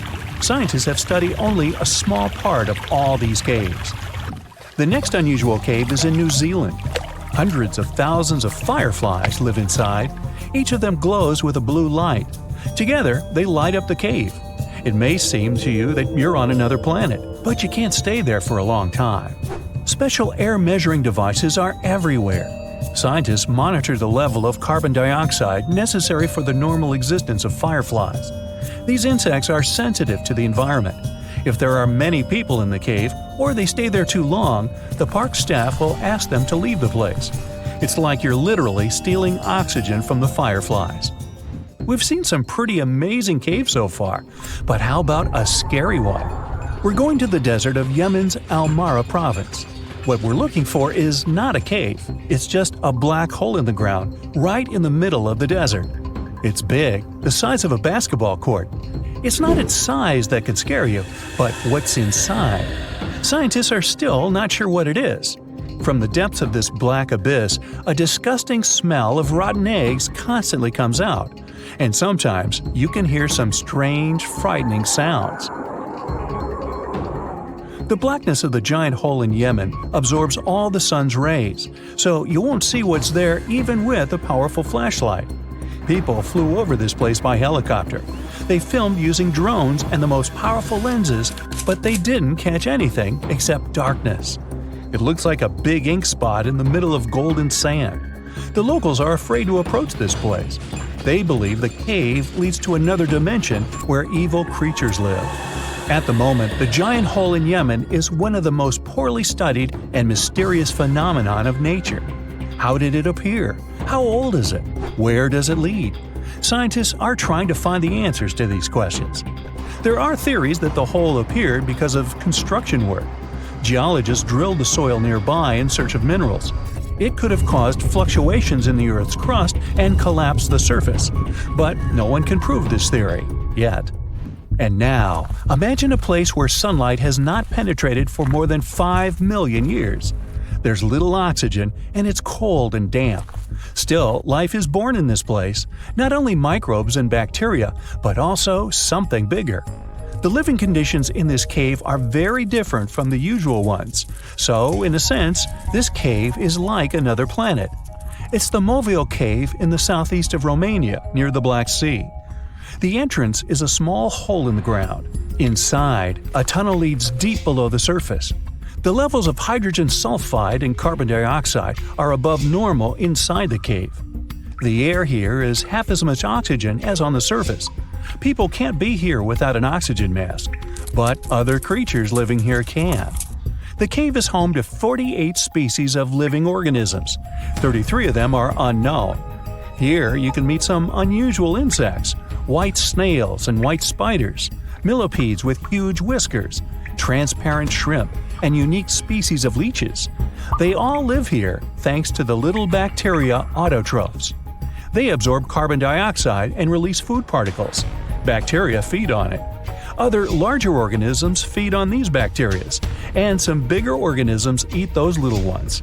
In the end, everyone gets food.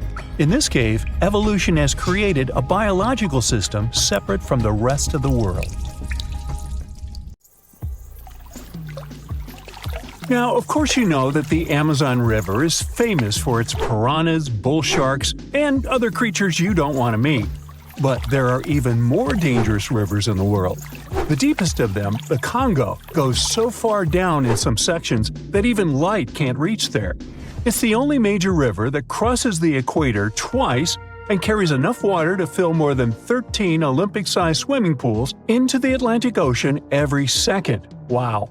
Even the most experienced boaters have trouble passing through all of the river's strong currents, rapids in its upper part, and waterfalls and gorges in the lower section.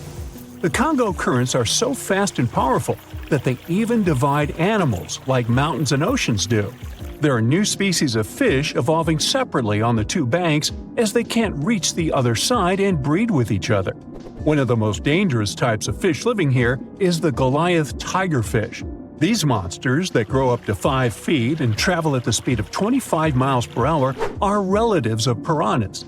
Their mouths are full of vicious, razor-sharp teeth.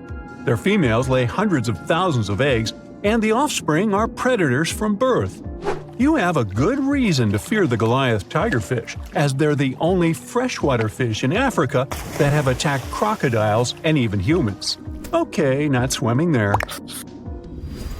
There are dense jungles and more hungry wildlife, including snakes and some aggressive hippos, all along the river. Still, it's used as a water highway in Central Africa, so barges traveling on it for weeks are often crowded with up to 2,000 people and capsize every now and then. And if you believe the local folklore, there's one more thing to be afraid of: the one who stops the flow of the rivers, a dinosaur-like beast that is said to live in the Congo River Basin. There have been over 100 sightings over the last century, but no one can provide solid evidence the beast is real. At the turn of the 21st century, there was a series of terrible, mysterious stories on the Kali River in Asia. Something described as a mud-colored water pig would drag swimmers underwater in front of terrified eyewitnesses. British biologist Jeremy Wade stepped up to crack the case. He noticed that all the scary incidents were happening in one specific spot, stretching about 4 miles. Villagers told him this creature was growing big and bad from all the food it got. Wade examined the water with a depth sounder and thought it could have been a whirlpool. Then the monster dragged a domestic water buffalo into the water. The buffaloes are big and heavy, so the creature that attacked it would have to be super strong. Saltwater crocodiles don't go so far inland, and the most common local species of crocodiles don't live in cold waters. There were no bull sharks in the area either. Finally, Wade spotted several goonch catfish underwater. Some of them were human-sized. They couldn't capture these monsters with a regular fishing rod, but a special ceremonial construction did the job. The largest fish was 6 feet 7 inches long and 3 times the weight of an average gaunch. It was large enough to take down a human or a large animal, but Wade mentioned there could be even bigger ones living in the Kali River. The Orinoco River in South America is dangerous to navigate because of some crazy curves and strong underwater currents. It's easy to get lost here, even if you have your GPS on. There are sudden waterfalls all along, and you must be prepared to handle those to survive. The river is the only home to a rare Orinoco crocodile and has some pretty scary-looking vampire fish swimming around. This payara fish has sharp, spiky daggers that line their gums and 2 elongated fangs that rise from their lower jaws. Could probably use an orthodontist and some braces, you think? It's a ferocious hunter constantly looking for the next victim, which is going to be a medium or large-sized fish. If a human catches a payara, it will defend itself, leaving cuts, nips, and bites, but there are no known cases of this cutie taking a human life. Well, that's good. The Yellow River in China received its name after its color, but it wasn't always this yellow. It was first formed at least 30 million years ago and shifted its course over 30 times over the centuries. Yellow sediments moving downstream from a plateau in the distance transformed it from clear to muddy. This fine-grained substance piled up at the bottom of the river and formed natural dams. The huge amounts of water that the river carries need to find their way to the sea, and that's when major floods happened, taking several million lives in various epochs. The locals tried to solve the problem by building higher and higher levees, but it only made things worse. Water coming out of the river would now have nowhere to back up, as the riverbed was higher than the surrounding land. This even shifted the river's mouth. Now there are massive dams and dikes all along the river to try to contain it. The Parana River is the second longest in Latin America and has many tributaries. They flow in from the highlands near the Andes, and there's a huge drainage in the wet season. This makes the river a perfect home for, guess what, piranhas. There are 30 to 60 species of these scary fish in the Parana waters. In late 2013, they attacked bathers cooling off by the water on a hot day. People started running out of the river as they felt something was biting them in the water. Luckily, no one lost their lives in the accident, but it's still considered one of the most audacious piranha attacks ever recorded. Biologists later determined that the type of piranhas, called palomates, was to blame for this, and humans had probably disturbed their breeding grounds. Well, the piranha also has a strong current that is tricky for boats and swimmers to overcome. Plus, it often floods, which can be dangerous for people living in the surrounding areas. The longest river in the world, the Nile, flows through 11 countries all the way into the Mediterranean Sea. Expeditions have spent centuries looking for its source, and no one still knows for sure where this mighty river begins. Adding to the mystery, the Nile takes an unexpected turn right in the middle of the Sahara. Scientists have figured out the reason is a massive underground rock formation from millions of years ago. The Nile has served as the most important water highway for civilizations through centuries, but it has some pretty dangerous inhabitants, like crocodiles that grow to be 20 feet long, which is slightly more than the height of an average giraffe.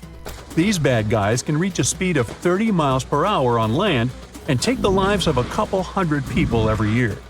Hippopotamuses that also live here sometimes go after boats, and venomous snakes like the black mamba and the Egyptian cobra add to the mix.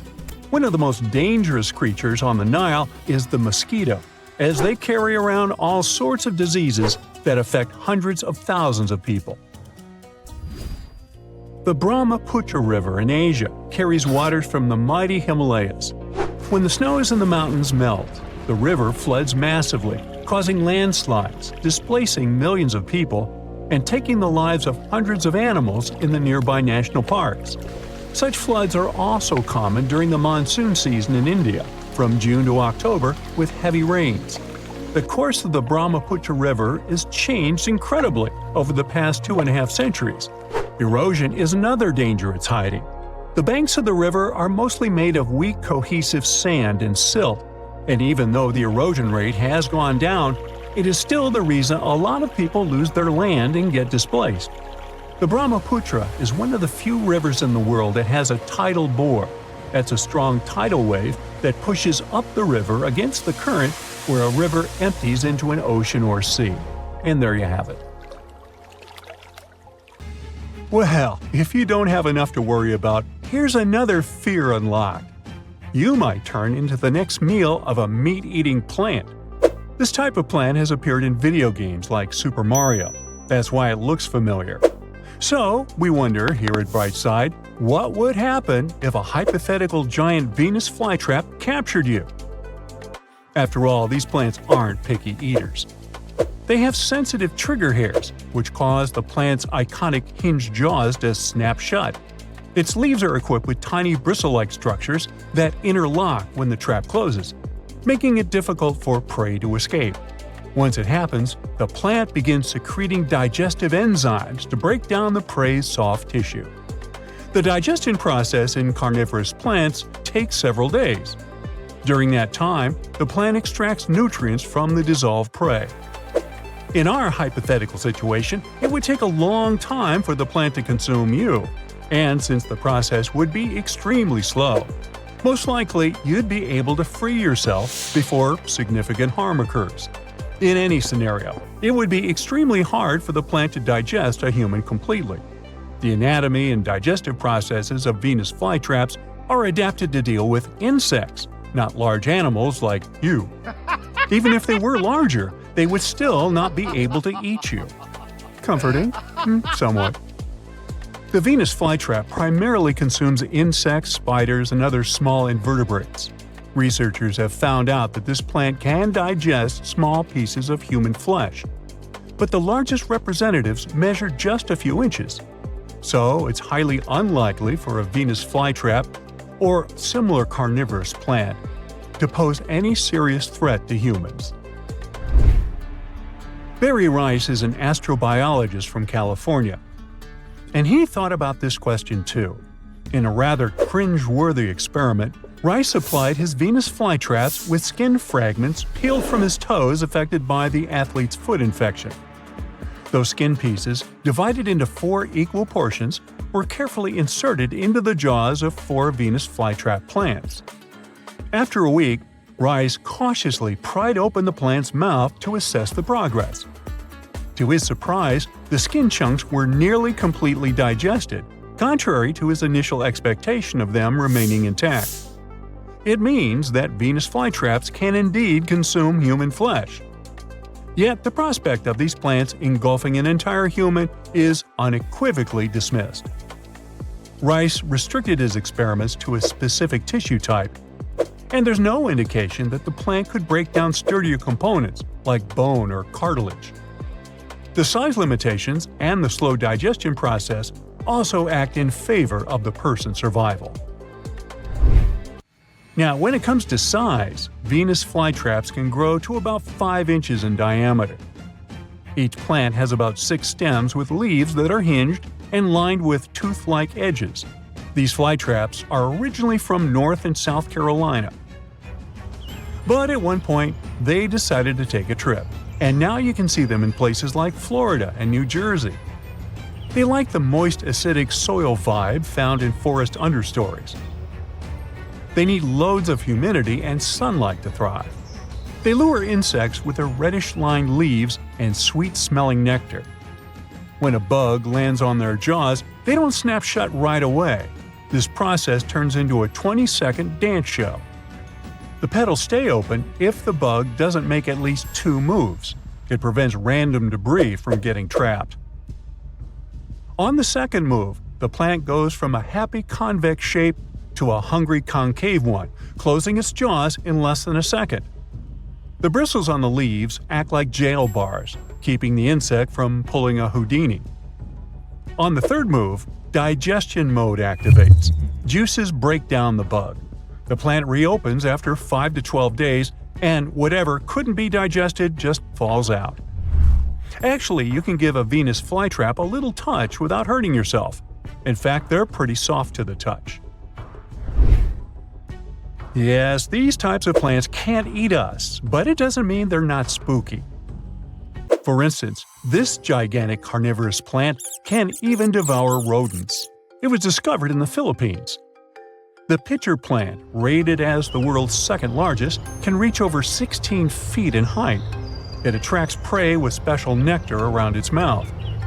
Once an animal is lured in, the plant's fluid, which contains enzymes and acids, starts breaking down the drowned victim's carcass.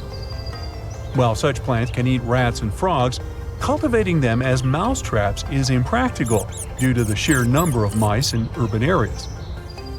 Here's how plants become meat eaters. Around 70 million years ago, during the era of dinosaurs, certain plants underwent a genetic mutation that turned them into carnivores. In a study, researchers explored the evolution of carnivorous plants, focusing on 3 related species: the Venus flytrap, the water wheel plant, and the sundew. First, the plant's entire genetic code doubled, which allowed its genes to become more varied. Some genes changed to make traps out of leaves and use roots for catching prey. As the plants got nutrients from the prey, it didn't need as many genes for regular leaves and roots. Over time, evolution fine-tuned the roots and leaves for trapping. This shows how plants that hadn't been carnivores before changed to become really good at catching and eating animals.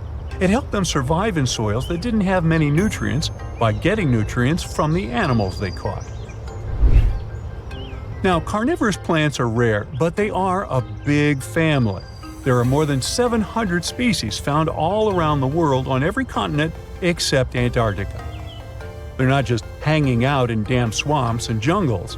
North America takes the crown for the highest number of different carnivorous plant species. We're so proud of that.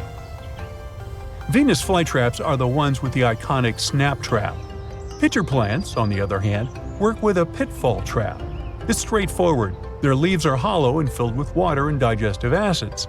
Any bug that falls in ends up drowning and being slowly digested over time. Some pitcher plants have waxy leaves to make bugs slide inside more easily, while others use chemicals to reduce water tension, making any insect that lands in their trap instantly sink and drown. Let's move on to sticky traps. Some plants, like sundews, use active sticky traps. They have tentacles all over their leaves that stick to insects. The tentacles close when an insect lands on them, suffocating the bug. Then there are passive sticky traps. Think of them like sticky mouse traps in a garage. Insects that land on these tiny sticky tentacles just get stuck, and the plant sends out digestive acids to turn them into a liquid snack. Now let's get to the showstopper, suction traps. Bladderworts are the stars here, pulling in bugs and other prey faster than you can blink twice.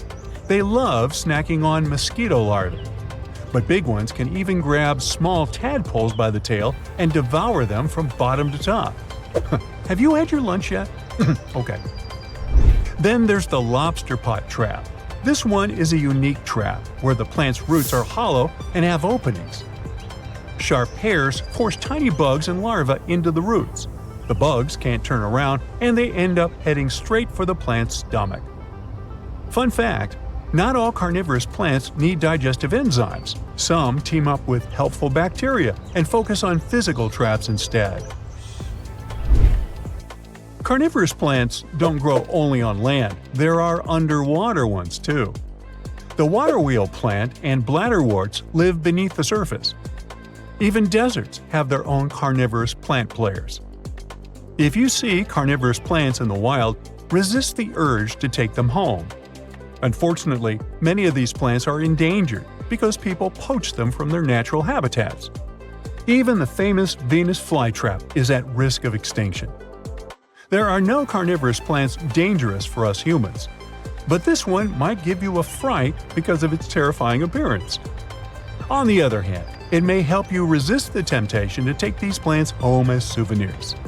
Sweet dreams! Now, if Earth's history were a movie, we humans would only take up the last second of the end credits.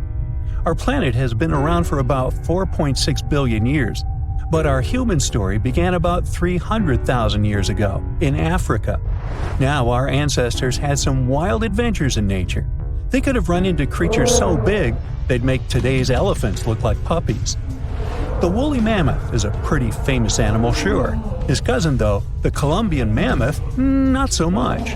This giant used to roam places from Canada all the way down to Mexico. Unlike the furrier woolly mammoths, which hung out in colder places, these animals had shorter hair, resembling huge elephants. They also had incredibly large tusks, like 12 feet worth of spiraling, sturdy tusks. And they weren't just for show, they came in handy when facing predators. That includes our ancestors. If you think about sloths these days, you're picturing these adorably slow creatures. They couldn't possibly be in your list of most dangerous animals. Well, their grandparents might have. For starters, we call them ground sloths, and they vary a lot in size. Some were as big as rhinos, and others, like the Megatherium, were as colossal as elephants. Imagine seeing a 20-foot-long sloth which doesn't mind chewing on some meat every now and then, at least in theory. Ever heard of Bigfoot? Well, our next animal kind of looks like him, but is a distant cousin to orangutans. Meet Gigantopithecus, the largest primate to ever call our planet its home. Standing tall at 10 feet and weighing more than 600 pounds, these animals were amazing to look at in real life. Unlike Bigfoot, they weren't constantly hiding. In fact, it's believed they were peaceful and gentle creatures. Sadly, they faded away about 100,000 years ago, mainly because their food sources slowly became unavailable. Those lush, fruity forests they called home eventually turned into dry grasslands. Next on our list is the cave hyena. Weighing a chunky 250 pounds and standing 3 feet tall, these beasts were as long as a grown-up lying down. What's even more interesting about these creatures is that they love hanging out in groups. A pack could be as big as 30 of these animals, which meant they could easily take on even the biggest, heaviest mastodons. Our ancient families would have needed to stay alert around these hungry specimens. Sadly for these hyenas, about 20,000 years ago, their numbers started going down. Soon enough, they completely disappeared from the planet. Quick pop quiz. What's called a tiger but isn't really one? It's the saber-toothed tiger. I mean, sure, they belong to the feline family, but they aren't technically tigers. First appearing around 42 million years ago, in July, I think. Many of their kind were gone before we even showed up. However, early Americans might have bumped into a couple of specimens from this group. If that really happened, it would have been quite the encounter. Think of the biggest wild lion today or the hefty Siberian tiger. These big cats also had some incredible features hidden in their fur. They were good at sneaking around, hiding, and pouncing on mammoths bigger than themselves. Their bite wasn't that strong, but they could open their jaws wide, like twice as much as a lion. And although their teeth were a bit on the weak side, they had buff forearms to pin down their dinner, giving those big fangs a purpose. Not the kind of kitty you'd want to play with. Dire wolves made their debut about 250,000 years ago. They were like the gray wolves we know today, but a lot stronger. While wolves these days stretch out to about 6 feet and tip the scales at 170 pounds max, dire wolves were about 5 feet and about 150 pounds. Found all over North and South America, they had admirable jaws, biting nearly a third harder than their modern counterparts. Also, their favorite snack was horses.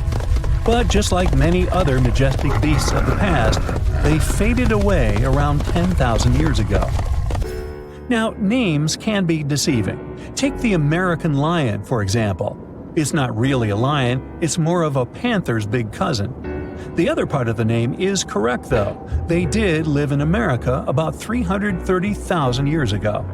This feline was no lap cat either. They were at the top of the wildcat pyramid, weighing a colossal 772 pounds. That's like stacking 4 grown men on a scale. Even the mighty African lion would look a tad bit shy beside these beasts. With the muscle to take down a bison, you wouldn't want to accidentally interrupt their dinner. They parted ways with this planet around 11,000 years ago, right after the last ice age. Now, down in Australia, about 50,000 years ago, I wasn't around then, there lurked a relative of the Komodo dragon, the Megalania. Experts love to have debates on how big it was. Some say it stretched out to 23 feet. Others think it was just about 11 feet long. Either way, they were basically mega-sized Komodo dragons with a dangerous bite. If you think bears are already big and fluffy now, let's introduce the short-faced bear. While this big creature stood on its hind legs, it towered at 14 feet. With long limbs, they could outrun today's bears, hitting speeds up to 40 miles per hour. These ultra bears sadly disappeared around 11,600 years ago. Now imagine a crocodile. Okay, imagine that same crocodile, only supersized, with sporty legs, doing its thing in Australia about 1.6 million years ago. Well, say hello to the quincana. These crocs were extremely large, reaching 23 feet. And no, they weren't lazy river loungers. These creatures really love spending time on land. They evolved to have strong legs for their chases and razor-sharp teeth designed for slicing, not gripping. When did we stop sharing beaches with them? About 40,000 years ago. The name elephant bird might not sound familiar, but try to picture a bird that stood tall, as high as a basketball hoop at 10 feet, and weighed as much as a small car, 1,500 pounds. Their eggs were equally huge, like 150 chicken eggs bundled up into one. Now, as amazing as these birds sound, there's a lot we still don't know about them. They're hard to study, as most extinct animals are. Still, some recent studies have given us some clues. Scientists have been examining ancient molecules from their fossilized eggshells. It's an awesome piece of evidence, since these birdies' shells were thick, preserving precious DNA inside. Plus, there are tons of these eggshell fragments sprinkled all over Madagascar's beaches. Because of these findings, we now know these birds were herbivores and loved eating leaves and seeds. We also know the tiny kiwi bird is its closest living relative. Now, dodos were these amazing birds we also used to share the planet with. They're like distant cousins to Asian pigeons. To give you some perspective, imagine a chunky bird weighing about 50 pounds. Similar to chickens, turkeys, and ostriches, dodos were also the types of birds that couldn't fly. Their wings were small, and they had the muscle strength of, well, a wet noodle. Now, you might have heard the word dodo used as a name for creatures that aren't that bright. Don't get confused, though, by this name. These birds were in fact intelligent. Scientists were able to figure that out by studying their fossils. It turns out that they were good at smelling stuff, unlike most birds that are all about the visuals. These creatures aren't around for us to study anymore, but that might change. One evolutionary biologist is on a mission to fully understand these amazing ancient birds. On that note, she revealed that the dodo's DNA has been completely sequenced. There are even talks about potentially bringing dodos back to life. They would make a nice addition to the lovely beaches of Mauritius, the place they used to call home many, many years ago.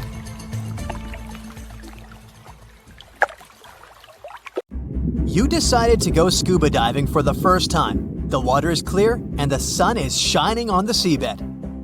You take a few selfies and the fish swimming by when suddenly the ocean goes pitch black. You look up and, oh my, what is that gigantic animal? It's definitely not a shark, not a whale. Is it a turtle? Yup, but fear not, it's not gonna hurt you. If you had lived on this same Earth about 72 million years ago, then maybe this could have really happened to you. Scientists have recently found the fossils of a gigantic marine turtle that could have grown as big as 12 feet. If you don't have any idea of how big that is, let's see some examples. That's the average length of a hippopotamus, 6 golden retrievers, or 2 Michael Jordans stacked on top of each other. The turtle's scientific name is an homage to that old-school sea monster called Leviathan. Maybe you remember this from old-school history lessons. The Leviathan is supposedly a mythical creature that would swallow entire ships or people that were deemed too greedy by the creature. Can you imagine being swallowed by this humongous sea turtle? No, thank you. The fossils of this gigantic creature began to be excavated between 2016 and 2021, all the way in northeastern Spain. The first fossil was located by a hiker in the Spanish Pyrenees, and it was around 8 inches long. The pelvis of this turtle alone measured around 35 inches.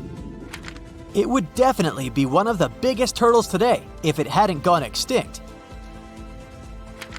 FYI, the largest living sea turtles today can reach up to 6 feet in length, which is already pretty big. Now, how about a gigantic prehistoric scorpion? I bet most people here are not huge fans of these creatures, especially since they're poisonous, which is why the thought of a 9-foot-long aquatic scorpion might be the stuff of nightmares. Let's just say that if they hadn't gone extinct some 400 million years ago, lakes and rivers would be much more dangerous places for humans today.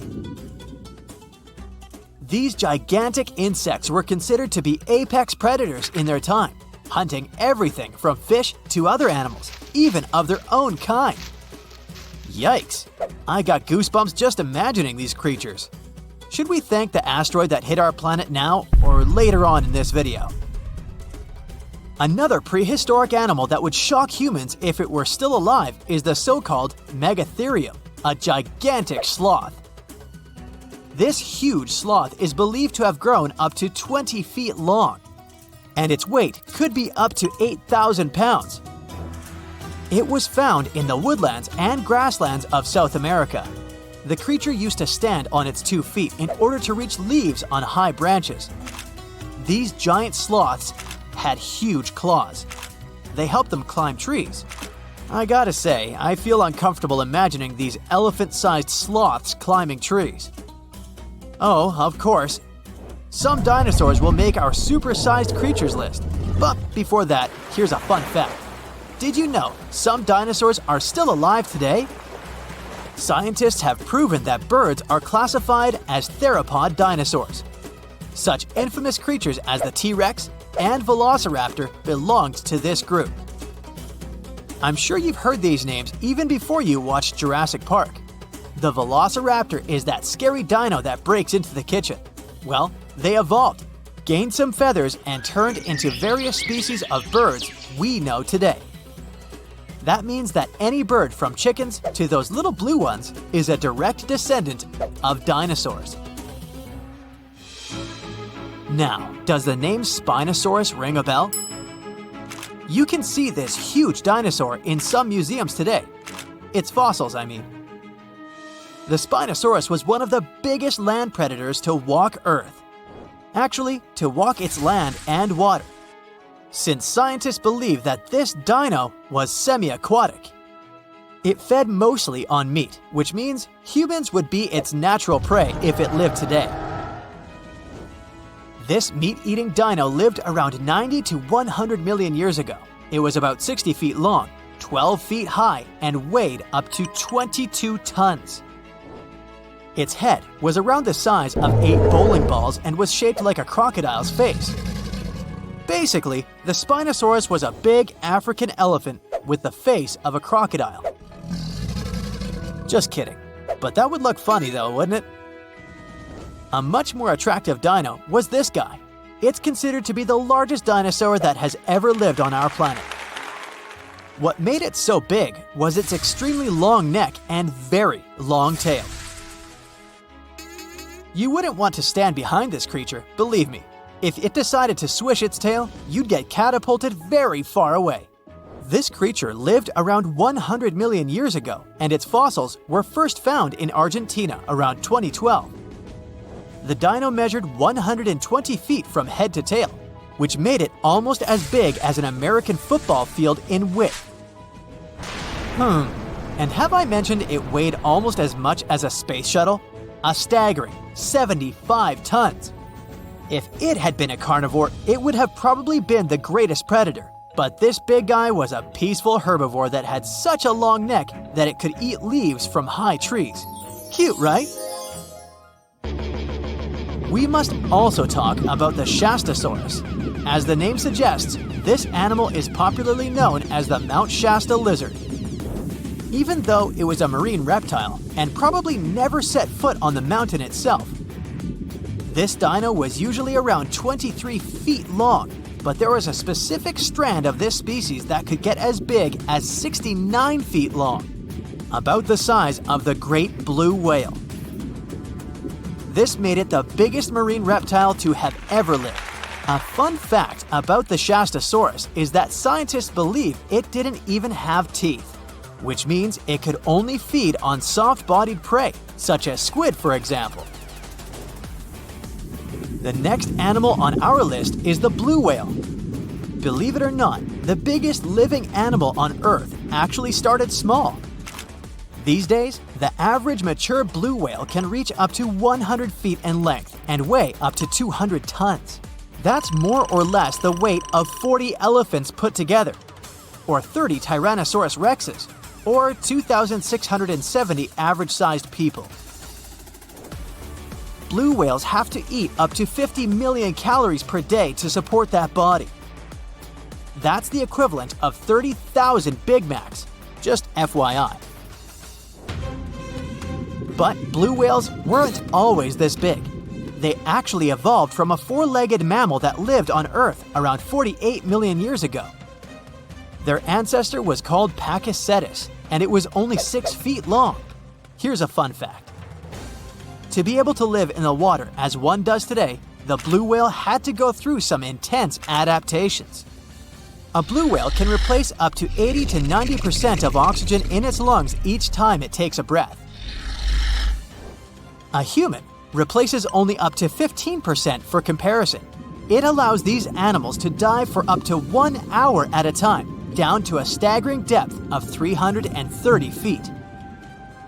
Elephants were bound to make the list. Elephants are currently the largest land animals on Earth. They can grow to be about 13 feet tall and weigh up to 7 tons. That's pretty small if we compare it to the other animals that once lived on Earth, right? But if we placed a 6-foot-tall human next to an elephant, we'll see it's not at all that small. African elephants are bigger than their close relatives, Asian elephants, and they have a similar lifespan to humans, up to 70 years. Pokemon might have made us collectively wish that salamanders were real-life dragons, although they're not. They can still be pretty cool though. There's a giant species of salamander that is known to be the largest living amphibian. They can grow to be as long as a regular-sized human, reaching up to 6 feet. I bet that wouldn't be a pleasant underwater encounter. As with many other crazy internet discoveries, it all kickstarted on Reddit with a wild post about wicked forest designs. Just take a gander on Google Earth and hit up the history tool to watch epic transformations from barren valleys to densely populated areas teeming with lush green tree plantations. Currently, Uruguay has approximately 2.7 million acres of artificial forests. Just to put that into perspective, it would take you around 15 to 20 minutes to walk across 1 acre, depending on how fast your pace is. You could spend a lifetime just walking around those artificial Uruguayan forests. But how did they emerge, and how did they reach this scale? So there's this process called afforestation, where trees are planted in previously non-forested areas. This initiative was implemented as part of a larger plan to increase the country's forest cover, resulting in Uruguay now exporting an impressive $2 billion worth of wood pulp annually. Despite native forests only covering 5% of the country, these artificial forests occupy a significant 6%. Another cool thing about these forests is that they have special trees that originally couldn't be found in Uruguay. It was decided to plant eucalyptus trees there, as they show impressive results in terms of how fast they grow. A tree can get through a whole cycle, from a little plant to one ready to be harvested, in as little as 10 years. Yeah, not as impressive as bamboo, that grows a couple of feet a day, but still faster than a common Uruguay tree called the Tree of Heaven, which takes about 25 years to get full size. By the way, it's considered pretty fast too. Now this funky forest in Japan is literally turning heads. In the Miyazaki Prefecture, there's a group of Japanese cedar trees that are causing a buzz with their unique concentric circles reaching toward the sky. A recent aerial photo captured these crop circles, and now everyone is scratching their heads trying to figure out how they came to be. But fear not, there's no extraterrestrial invasion involved. It turns out this cool formation was actually a carefully planned project from almost half a century ago. Back in 1973, researchers planted these trees in specific radial increments to create these mesmerizing circles. I mean, 50 years ago, Google Earth was nowhere around. But looking at that forest, you might think that the Japanese have been preparing to boast their forest on the internet for half a century. Now, what's even more fascinating is how the trees grew in a curved shape, spreading out in an unexpected way. Originally meant to be harvested after 5 years, there's now talk of preserving this circular forest because of all the newfound interest. Now, look at this portal in the forest. There's no way it could have emerged naturally, right? If your first guess was that it was a piece of contemporary art, you were right. So, this portal is located in southern Estonia, and it was created by Finnish artist, this guy. This portal is far from being his only creation. He's had other crazy projects too. Like, he once sailed to Estonia in a boat made of bark. He also chopped down a forest plot, sorted all the materials for months, and then made an installation the same size as the original plot. There was even a time when he cut a line in ice with a chainsaw and ended up in a freezing swamp. This guy definitely knows how to surprise people. Most of his works are nature-related, so you probably shouldn't be surprised that this forest portal is yet another creation of his. What do you think the artist wanted to convey through this portal? Let us know in the comments. Trees are something that are definitionally straight, right? Well, not as long as you're in the crooked forest in Poland. Near the ground, the trees there bend sharply to the north, then magically straighten back up after a little detour of 3 to 9 feet. It's like they're doing the limbo, but with trees. The mystery of how these trees ended up swerving like they're on a roller coaster is still unsolved. Some think humans might have intervened to create some funky furniture or boat-building material, while others blame it on a wild snowstorm. Nobody knows for sure. Regardless of how they got this way, the Crooked Forest is a hot spot for tourists and nature lovers. If you ever come to Poland, make sure to visit this nature's wonder. Welcome to the Goblin Forest, a magical section of East Egmont that will make you feel like you've stepped into a fairy tale. This enchanting forest, also known as the Kamahiwa, is famous for the abundance of gnarly kamahi trees that give the whole place an eerie yet stunning vibe. As you hike through the Goblin Forest, you'll be surprised by lush greenery, moss-covered trees, and falling rays of sun that create a truly enchanting atmosphere. It's a photographer's dream come true. Now, while you might not find real goblins or mythical creatures in the forest, yeah, I know, it's a bummer, you will still encounter a variety of native bird species. Birdwatchers will be in heaven spotting all the feathered friends flitting about, and all that alliteration. Plus, if you're lucky, you might even catch a glimpse of glowworms lighting up the trails. With a network of well-maintained hiking trails suitable for all fitness levels, the Goblin Forest is the perfect destination for adventurers looking for a magical experience in nature. So, grab your hiking boots and get ready to explore this enchanted forest of wonders. Monteverde Cloud Forest in Costa Rica is not your typical forest adventure. Think of high-flying suspension bridges and trails above the treetops. On foggy days, you can wander through misty clouds for a mystical vibe. This nature reserve is called a cloud forest, and it's a real scientific definition. Cloud forests differ from your average ones in several aspects. First, they're usually evergreen forests that are like tropical oases, with a constant veil of low-level clouds covering the canopy. The next thing that's different is moss. It's so abundant there that these places are sometimes even nicknamed mossy forests.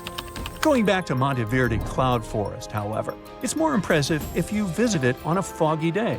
But even on clear days, the views of the lush greenery are absolutely stunning. Now, if a regular forest sounds a bit boring to you, our planet has something more fun to offer. How about an underwater forest? Whether you're a local Oregonian or just passing through, Clear Lake is definitely a dive spot you've got to check out. True to its name, Clear Lake lives up to its reputation, with crystal-clear waters boasting up to 100 feet of visibility. It's like swimming in a massive pool. But brace yourself, because it's a chilly 38 degrees Fahrenheit all year round. Nah, I wouldn't venture in there. It's more adapted for penguins, I guess. Well, never mind. This lake is special because of its history. It was formed over 3,000 years ago by volcanic activity that redirected a river, preserving ancient trees that you can still see standing tall underwater today. There's this section known as underwater forest, where you can see ancient trees deep down. An underwater forest walk sounds fancy, doesn't it? And in Madagascar, there's not a forest, but an avenue of trees. But the trees are so majestic, this avenue can rival with the coolest actual forest. I'm talking about these awesome, gigantic baobab trees. Picture this, an 850-foot stretch of road lined with 20 to 25 massive baobabs, towering at about 100 feet tall. In terms of height, it's as if this alley was packed with many Rio's Christ the Redeemer statues. Even a 6-foot guy would feel insecure there. And if you venture just 4 miles away, you'll find the baobab amaru, 2 baobabs that grew twisted together like a love story. Legend has it that they represent an impossible love between 2 young villagers who dreamt of a life together. Now they stand there, intertwined for eternity. Now, you can't find living dinosaurs nowadays, which is a good thing, mostly, but you can still meet some creatures that might have gone to lunch with them. The frilled shark, for example, is a living fossil that comes from a family of sharks that have been around for about 80 million years. One of the coolest things about it is its long, eel-like body that can grow as long as 6 feet. It has 6 pairs of gills on its throat, which help the frilled shark breathe in the deep, cold ocean where there isn't much oxygen. The shark can move very quickly, like a snake, to catch its prey when it least expects it. Little frilled sharks take an exceptionally long time to grow, up to 3.5 years, which is one of the longest times for any animal with a backbone. The Chinese giant salamander is another living fossil that can tell you what was going on Earth around 170 million years ago. Now, when I say tell, I really mean it, as it can make sounds like hisses, whistles, and barks, and even a noise that sounds like a crying kid. The biggest Chinese salamander found so far weighed 130 pounds, as heavy as 2 Dalmatians, and was almost 6 feet long. Giant salamanders like to be alone. Hey, I want to be alone. And will chase away other salamanders from their space, except when it's time to start a family. During the day, they hide and sleep under rocks. They can make a special substance from their skin that keeps predators away. Now, gharials are reptiles that have been around for about 38 million years. They live in India and Nepal in slow-moving, muddy rivers. Sadly, there are very few gharials left in the wild, less than 100. These creatures can't control their body temperature, so they need to sunbathe to get warm or cool down in the water if they get too hot. Their eyes are close together and face forward, which helps them see in 3 dimensions and judge distances more accurately. Gharials also have a transparent third eyelid that protects their eyes when they're underwater. They have over 100 sharp teeth, but they can't chew their food. Instead, they use their strong jaws to grab prey and then, swallow it whole. The alligator gar is a fish that has a family history of more than 100 million years. It still has some cool features from ancient times, like being able to breathe both air and water. It also has a special spiral-shaped intestine, like a shark. The alligator gar is one of the biggest and heaviest fish in North America. Just like an alligator, it has a long body and snout, plus a row of sharp teeth. But instead of legs, the gar has fins to help it swim underwater. The tuatara isn't a lizard as you might think, and isn't a dinosaur either. This New Zealand resident is one of the most unique animals in the world. Scientists love studying tuataras because they can help us understand how today's lizards and snakes evolved. One of the coolest things about the tuatara is its third eye, called a parietal eye, on its head. It has its own lens, retina, and a nerve that connects it to the brain. Scientists think it might help the tuatara know when it's light or dark outside and absorb sunlight to make vitamin D or help them keep their body temperature exactly right. Tuataras can live an extraordinarily long time, up to 100 years. Cassowaries are the youngsters on our list, as they've been around for only 60 million years. They have some things in common with dinosaurs, like their 3-toed feet and how they breathe. Cassowaries love to eat fruit, lots and lots of fruit. This love of fruit helps the rainforest because when cassowaries eat the fruit, their bodies don't harm the seeds inside. As they move around the forest, they spread these seeds, you can guess how, with their own natural fertilizer, helping new plants grow. Cassowaries are big birds, about 6 feet tall and weigh over 100 pounds. They have a special claw on each foot that is 5 inches long, and they can use it to kick real fast. If they feel threatened, they can charge, kick, and even jump on someone. They can also leap up to 5 feet in the air. So, the best thing to do is stay far, far away from where they live.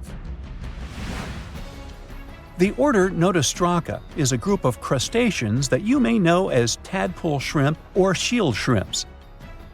These animals have been around for about 360 million years. They have a wide, flat shell that covers their head, and they have a pair of eyes on top. These creatures can be found all over the world in different kinds of water, like freshwater, brackish water, and even salty pools. They can also look different depending on where they live. Notostracans aren't picky eaters and can snack on pretty much anything, from plants to small animals and other shrimps. Some of them are considered pests in places like California rice paddies because they stir up the mud, which blocks sunlight from reaching the young rice plants. Sturgeons are some of the largest fish species on the planet. They live only in the cool waters of the northern hemisphere and never travel below the equator. Even though they are huge, sturgeons don't have teeth. They eat by sucking food off the bottom of rivers, gulfs, lakes, and oceans. Scientists believe that sturgeons came from a group of fish that first appeared around 419 million years ago, long before dinosaurs even existed. Their ancestors survived a big extinction event that wiped out 90% of all species and went on to become the largest fish in many rivers in North America and Eurasia. Sturgeons can live up to 100 years old or even older. Female sturgeons can lay up to 3 million eggs at a time, but not all of the eggs eventually turn into real fish. Our next hero, the Pacific lamprey, has successfully lived through at least 4 mass extinctions.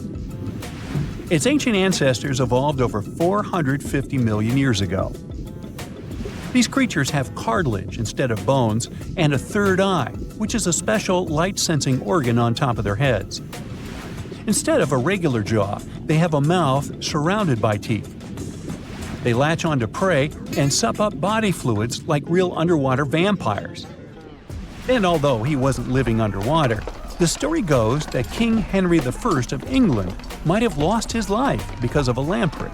The English monarch loved this fish so much that he defied doctors' orders to stop eating its flesh. He got sick every time he'd have it, but the lack of bones and the unusual taste made the royal fall in love with it. As a result, he got some scary symptoms from eating lamprey and eventually passed away. Can you say clueless? The elephant fish, also called the Australian ghost shark, has been on Earth for around 400 million years. Even though they're related to sharks, they aren't actually sharks. Instead of bones, their bodies are made entirely of cartilage. These fish have a special shiny tissue in their eyes that can make their eyes look like they change color from yellow to green. Elephant fish can be pretty tough and will fight back if they feel threatened. They like to be alone and usually don't hang out with other fish. Horseshoe crabs also deserve the title of survival champs, as they've been around even before dinosaurs, since 450 million years ago. 4 species are still roaming the ocean from Maine all the way to Mexico. Horseshoe crabs are more like spiders than ticks than they are like real crabs. They have 9 eyes, plus extra light sensors near their tails so they can see really well. They breathe underwater using flap-like gills near their belly, and sometimes they use these gills to swim upside down. Every spring, when the tide is high, these creatures come up to the beach at night to mate and lay their eggs, and you can see hundreds of thousands of them.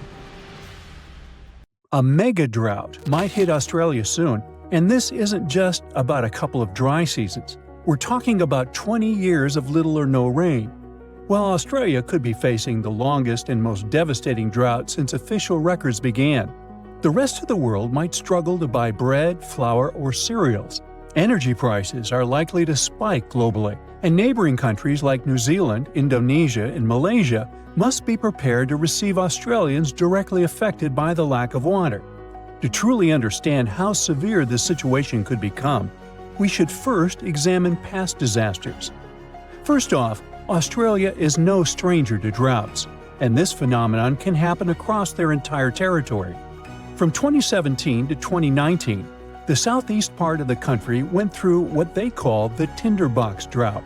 This was a severe bone-dry event where the cooler months saw only about half the usual rainfall. Parts of Australia became so dry that wildfires were a constant threat. Crops failed, and water was scarce.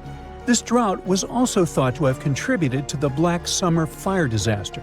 By the end of 2019, bushfires were raging across the country on a scale never seen before, with people describing them as rivers of lava flowing down from treetops. The losses were staggering. The tourist industry alone took a hit of $2.8 billion, and over 7,000 jobs disappeared as a result of this difficult period. The tinderbox drought was a big reminder of what Australia might face in the future.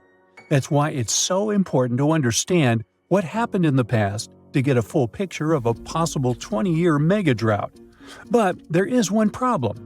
Even though droughts are relatively common in Australia, the rainfall data available until today isn't enough for researchers to predict the future, and our records only go back to around 1900. So experts decided to study tree rings to uncover missing environmental data. If you look at a tree stump, you'll notice concentric rings on its surface. As trees grow, they form new rings, and the thickness of these rings depends on how much water they get. During a megadrought, the rings appear thinner because the trees don't have much water. Unfortunately, these natural records usually only go back a few hundred years, and it only tells us about specific local conditions, not the situation across all of Australia.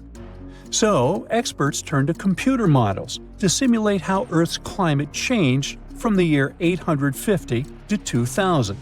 This approach helped them to paint a picture of when megadroughts might have occurred in Australia and how to predict what might happen in the future. But what they were really interested in was whether the human factor might be making this scenario worse over the years and if we are somehow intensifying these dry periods. So, are we to blame for these megadroughts? The short answer is, we're not sure yet. On one hand, dry periods in Australia do seem to last longer than they did before factories and machines became common. On the other hand, they don't seem to be getting more intense or happening more often than before industrial times. This means a drought lasting 20 years might not be directly linked to human activities. Actually, this kind of phenomenon is just a normal part of how rainfall changes in Australia over time. This is backed up by evidence from ice cores, which suggests that a 39-year drought hit eastern Australia around 800 years ago. What makes it all so fascinating is that there isn't just one cause for this phenomenon. I mean, there is no single mechanism that explains all cases of megadroughts. It happens because the right combination of ocean and atmospheric conditions come together, and you end up with a drought. And just by random chance, you might have periods where there are 100-year-long droughts. Despite what many people think, megadroughts are not geographically isolated. They have occurred on every continent except Antarctica over the past 2,000 years, and are often linked to natural events. For instance, megadroughts in North America and Southwest South America were driven by El Niño, where the Pacific Ocean near the equator gets warmer than usual, disturbing normal weather patterns. They are not rare events either. In fact, the U.S. Southwest has been experiencing a megadrought since 2000. It's being considered the driest period in 1,200 years for the region. Major reservoirs like Lake Mead and Lake Powell are at low levels. Heat waves are hitting cities like Phoenix and Las Vegas harder than ever, and wildfires are happening more frequently as the land gets drier. Now, let's think about the future. Even though we have a very recent and concrete example from the U.S., research can't exactly predict how a 20-year megadrought would play out in Australia. Usually, such events show up mainly as reduced rainfall and snowfall, but in most areas, the increase in drought risk will be caused by a warmer, more arid atmosphere. So the ground will probably look parched and cracked, rivers and lakes will likely shrink, and the sky will be relentlessly clear and blue, with barely a cloud in sight. Farmers might struggle to grow crops, making grocery prices rise worldwide. Things like bread, flour, and cereals may become scarcer, as Australia supplies about 13% of global wheat exports. Coal mines might be affected, as they depend on water for extraction, washing, and processing. That might drive up power costs for industries around the world, which could be passed on to consumers, impacting global growth and inflation. As cities might face water shortages, Australians will likely find new ways to conserve every drop or maybe move to New Zealand or Southeast Asia. Now, you're probably thinking, when is this big event going to happen? Honestly, it's really hard to predict exactly. Megadroughts can happen every 150 to 1,000 years, but experts think Australia should be ready for one to happen in the next 10 years or so. And this possibly should be taken seriously. This phenomenon has been known to contribute to the collapse of entire civilizations. Take the Akkadians of Mesopotamia, who built the world's first empire more than 4,000 years ago. Studies of moisture at the ruins of Akkadian cities suggest that they experienced a massive drought lasting 300 years, and this may have led to their collapse. A similar thing happened to the Assyrian Empire, which existed over 2,700 years ago, in what is now northern Iraq. For years, it was a real mystery why they left their capital of Nineveh and never returned. But recent studies of a stalagmite in the Suong Cave revealed that the rise and fall of the empire coincided with a wet period followed by a 125-year-long mega-drought. Because they were very dependent on seasonal rain for agriculture, this dry period made their life much harder. Even though experts now believe they probably left because of the dryness, the question of where they went is still a mystery. So, yep, mega-droughts may have played a role in the collapse of great civilizations in the past. But on the positive side, we've come a long way since then, and recent climate technologies can help us prepare for events like this. Now that we know a 20-year mega-drought is very much possible and might happen soon, Australia has some time to get ready for it. Developing strong water management plans to mitigate the severe impacts of a mega-drought is more than necessary, and it's also important to create community support networks to provide emotional and financial support to people, particularly farmers, who are more affected directly by this event. If initiatives like these emerge in the coming years, those 20 years of drought could be less intense than most people might expect. Thousands of years ago, a huge meteor weighing 2 million tons crashed into Earth at a speed of around 56,000 miles per hour. Sounds like a big deal, and it was. It actually created Lonar Lake in Maharashtra. When you see it from above, it might look like any other lake, but the sand there is magnetic, and it makes compasses go haywire. First off, it's a soda lake. Nah, it's not filled with Coke. It's just another name for an alkaline lake. The pH levels there vary from 9 to 12, whereas humans enjoy ranges from 6.5 to 8.5. So it's not really advisable to bathe there, not to mention to drink such water. There's a little round dip about 2,300 feet away from the main lake, which folks think was made by a piece of the main meteor. Near this lake, there's a Hanuman temple that has an idol carved from rock, and it's said to have some pretty strong magnetic vibes. Also, local farmers are draining water from Ambar Lake. Sometimes people refer to this lake as Chota Lonar, which means Little Lonar. This nearly perfect oval is one of only 2 natural craters in the world made entirely from basalt, a dark, finely textured volcanic rock.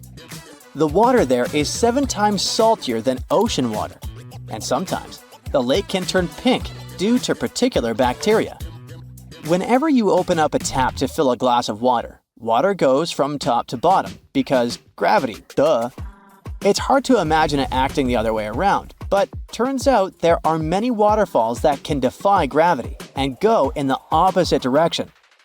That's called a reverse waterfall, and it happens when super strong winds whip through a waterfall, pushing the water back up.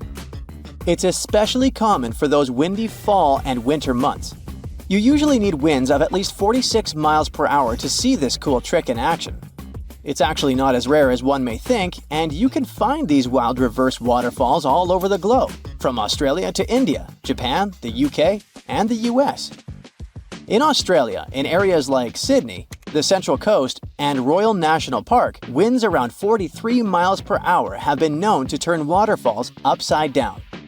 Yep, it's all about the wind going this fast. Please put aside all those weird myths about Australia being in the southern hemisphere, like the one about the water in the toilet flushing in the opposite direction. This is nothing but an urban myth.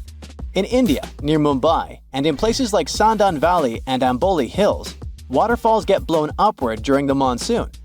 And if you're ever in the Faroe Islands, you can witness this unique phenomenon happen regularly due to the region's geography and fierce winds from the North Atlantic. Magnetic Hill in Ladakh, India, is a fascinating spot, sitting at about 14,000 feet high, right along the Srinagar-Leh highway, just 16 miles from Leh city. It's known for a quirky gravitational trick where parked cars mysteriously roll uphill when left in neutral, defying logic and catching the attention of visitors from all over. Locals have their own myths, viewing it as a path between heaven and earth. You'll want to stop by between June and September when the weather is just right and the optical illusion effect is at its peak, typically from 8 a.m. to 5 p.m. In Brazil, there's this street called Rua do Amendoim that seems to defy the laws of physics, leaving many puzzled as they walk or drive down it. Locals affectionately call it Peanut Street, and there's never a shortage of parking spots. That's mainly because if a car is parked without the emergency brake, it starts to roll uphill all on its own, picking up speed as it goes. People have all sorts of wild theories about why this happens. Some say the hill is haunted, while others think there's a huge iron ore deposit beneath it pulling cars up like a magnet. But believe it or not, the truth is that this strange occurrence is just an optical illusion. The street looks steep, but it actually has a slight dip. So, while it seems like cars are rolling uphill, they're really just going downhill. Still, that hasn't stopped folks from filming countless videos of this quirky sight. Located on the beautiful Black Sea coast, Ureki is a chill beach resort town known for its unique magnetic sands that are all about health and wellness. These sands have been getting attention for their healing powers since the 1800s. Helping people tackle various health issues. Ureki's magnetic sand is packed with minerals like magnetite and quartz. It's got an unusual magnetic content of about 23%, making its magnetic field way stronger than that of regular sand. The Hessdalen Lights are mysterious glowing orbs seen in a 7-mile stretch of the Hessdalen Valley in central Norway. These lights have been popping up since at least the 1930s and can be spotted both day and night. They usually shine in bright white, yellow, or red and can hover, move quickly, or sway gently. Their appearances can last from a few seconds to over an hour. Though there were many sightings, especially between 1981 and 1984, the frequency has gone down to about 10 to 20 a year as of 2010.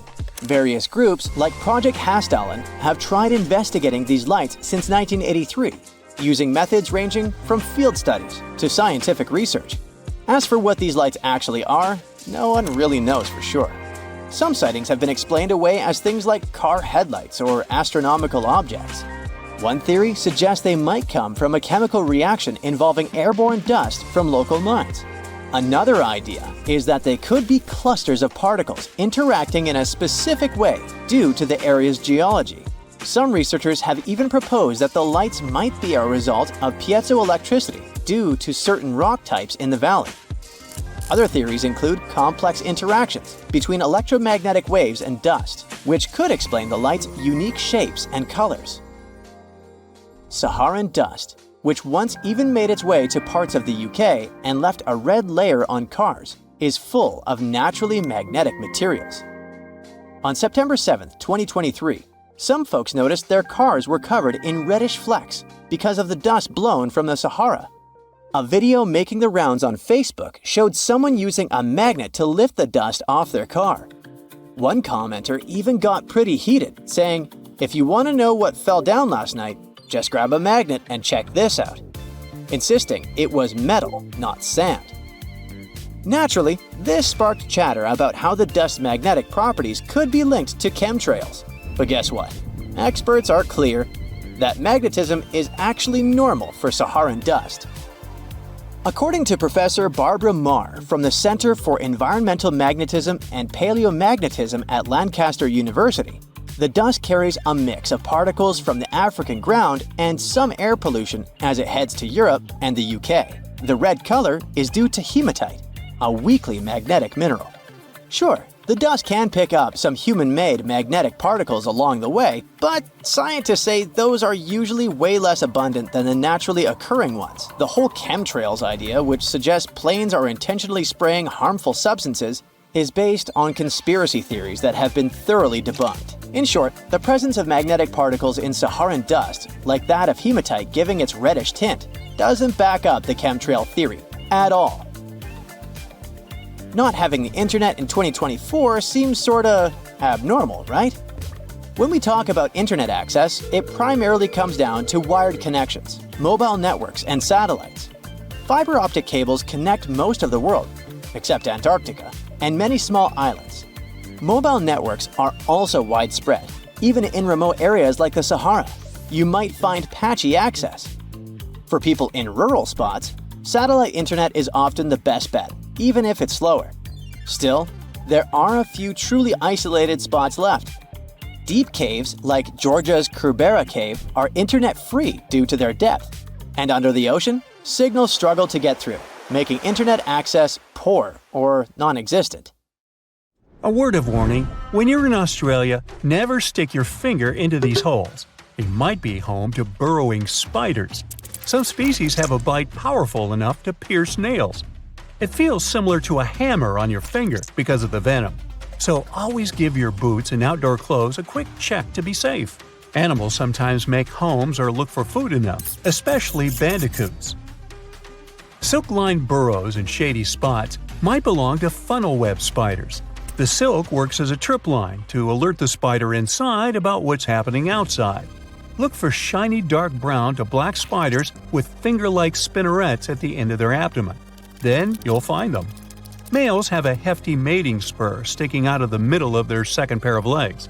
When these spiders feel threatened, they make aggressive moves, rearing up and showing off their startling fangs.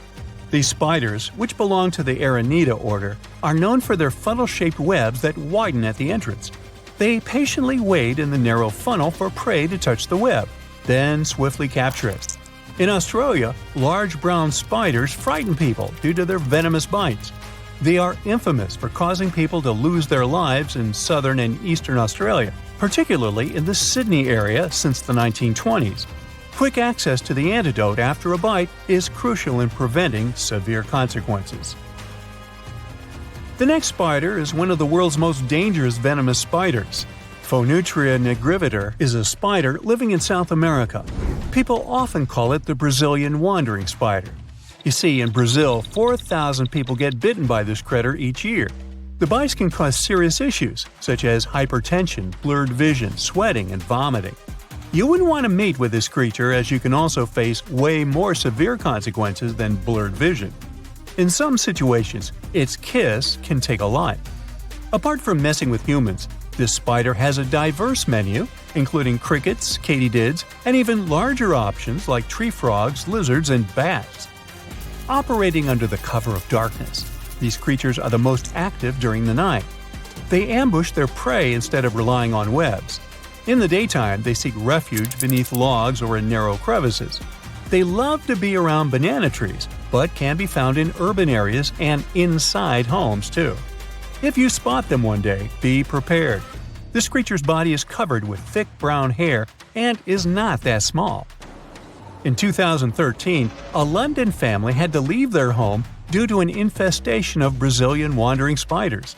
The trouble began when an egg sac, hidden in a bunch of bananas, made its way to their local grocery store. No one noticed. When the family bought the bananas, the egg sac broke open. Potentially lethal spiders spread around the house. Over 2,500 people visit poison control centers annually in the U.S. Black widows are spiders with the signature hourglass mark on their bellies. Well, let's talk about their bite. These creatures have a bad reputation because their venom is supposedly 15 times stronger than what rattlesnakes pack. When they bite humans, the bite causes muscle aches and nausea. The venom can even mess with breathing by paralyzing the diaphragm. Despite these cases, most people who get bitten don't end up with serious issues unless they're elderly or very young. These sneaky creatures don't pick just one spot to hang out. You can find them in wood piles, burrows, or among plants that act as scaffolding for their webs. Black widows are especially dangerous for other insects and their mates. After a not-so-romantic mating dance, ladies sometimes go all Hannibal Lecter on their mates. These spiders are architects too, spinning massive webs where females stash a cocoon loaded with hundreds of eggs. Baby spiders move out once they hatch, but the web stays put. Those webs are also traps. Different kinds of prey later join the black widow's spooky snack collection. Yellow sac spiders range in size from approximately 0.12 to 0.6 inches and construct silken tubes under stones, in leaves, or in grass.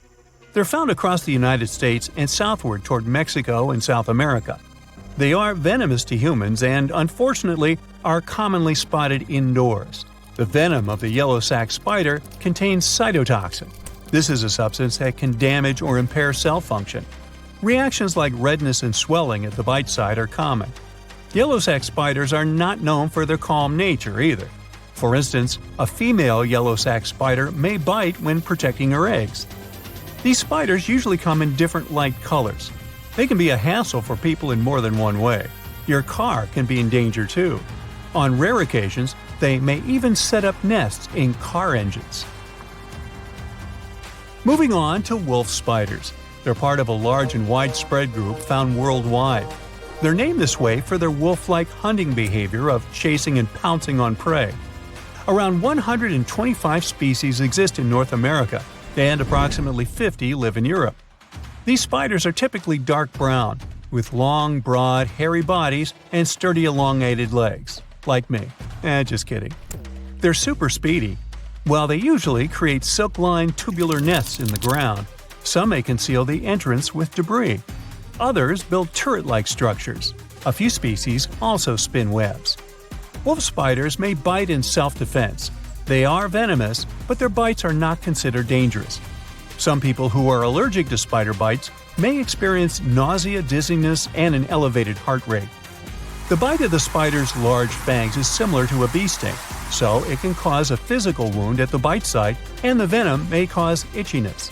The combination of their powerful bite, rapid movements, and startling appearance can be quite unsettling. Beware of the redback spider, the close relative of the notorious black widow. It used to live in Australia, yet it has managed to spread its web across New Zealand, Belgium, and Japan through grape exports. The distinctive red stripes or hourglass marks on their black backs are more noticeable in females. Disturb a female, and you'll see how she can defend her eggs. You're likely to get bitten. These spiders can sneak into shoes or clothing, lurking against the victim's skin while they're dressing. Both male and female redbacks have a venomous bite. Their venom is a cocktail of neurotoxins. It can cause sweating, rapid heartbeat, and swollen lymph nodes. The redback has control over the venom dose, so symptoms vary based on how much is injected. Australia deals with over 250 redback bites annually, many requiring antivenom treatment. The latest case, when a person lost their life after being bitten, dates back to 1956. Yet it can happen, so stay vigilant and cautious around these stealthy spiders. Let's talk about the heavyweight champion of the spider world, the Theraphosis blondie, casually known as the Goliath bird eater. This giant tarantula can stretch up to 11 inches and tip the scales at 6 ounces. To put it in perspective, this spider is big enough to cover your dinner plate and is certified by the Guinness World Records. The nickname might make you picture a tarantula feasting on a hummingbird, but that's more of an artistic exaggeration dating back to the 18th century. These spiders are more into munching on arthropods and rarely go for bird snacks. Goliath bird eaters don't bother with webs like their spider buddies. Instead, they're all about silk, using it to line their cozy burrows beneath the forest floor. The spider itself looks dangerous, but its bite almost never requires a doctor's visit. It feels more like a wasp sting. Goliath bird eaters are the biggest spidey on Earth. On the other side of the spectrum, we have this guy from Colombia. They are among the tiniest spider species. Grown-up males of this species are 0.015 inches long, tinier than your average pinhead. Females are usually a bit larger. Well, that was creepy, wasn't it? Australia used to have its own giants. Those were huge animals that could have dwarfed anything living on this continent these days. Scientists found the remains of many of those ancient creatures in the Narracuta Caves in South Australia, 4 hours away from Adelaide. It's a lovely region, but it can be treacherous. Watch out for holes the ground is pocked with. Known as pitfall traps, many of them are no wider than a coffee table. They're deep and plunge into the darkest of caverns. One of such caverns is called Victoria Fossil Cave. and it's a treasury that's been hiding the bones of around 45,000 animals for centuries. Some of the oldest bones belong to creatures far more terrifying than any animal you can encounter today. Those were the ancient Australian megafauna, huge beasts that roamed the continent during the Pleistocene epoch. During those, there were giant snakes, huge flightless birds, wombat-like creatures the size of a rhinoceros, and many others. One of the largest examples of the Australian megafauna scientists have discovered so far is the Diprotodon. That giant herbivorous creature was 10 feet long and 6.5 feet tall, and weighed more than 6,000 pounds, about as much as a small Asian elephant. Even though this terrifying beast didn't eat meat, it could have smashed other animals with its sheer weight. Scientists have found the remains of hundreds of such creatures all over Australia, so it's safe to say that no other animal from that time or in that location was larger than this giant. Despite its creepy appearance, the Diprotodon was a relative to the modern-day wombat, and those are known to sometimes pounce humans. The Diprotodon had toes that pointed inward and were well suited for digging burrows. On the other hand, Diprotodon was a giant, and it was unlikely that it used to do so. It was likely a trait it had inherited from its smaller burrowing ancestors, or it could have used its claws to search for roots. This theory is supported by the fact that the animal's pouch was facing backward. It prevented any dirt from collecting inside while the creature was digging. Since this animal was so big, it didn't have to worry much about predators. Up until 60,000 years ago, when the first humans appeared on the continent, full-grown Diprotodons only had to look out for creatures like the quincana. Measuring in at a whopping 20 feet long, the quincana was a land crocodile. It lived in Australia from around 20 million to 40,000 years ago. It disappeared along with most other mega creatures of the last ice age. It's thought to be the result of the first humans coming to the continent. Even though the quincana was extremely fast and dangerous, it was possible that this creature got out-competed by human hunters who took all available prey. Unlike modern crocodiles that are mainly aquatic, that mighty beast was a land dweller. Scientists figured it out by studying the quincana's legs. They were able to support and carry the body clear off the ground. It means there was no escape for ancient people once the quincana spotted them. Modern crocodiles can only push themselves along on their bellies. Such an adaptation allowed the quincana to chase its prey for long periods of time, exhausting it in the process.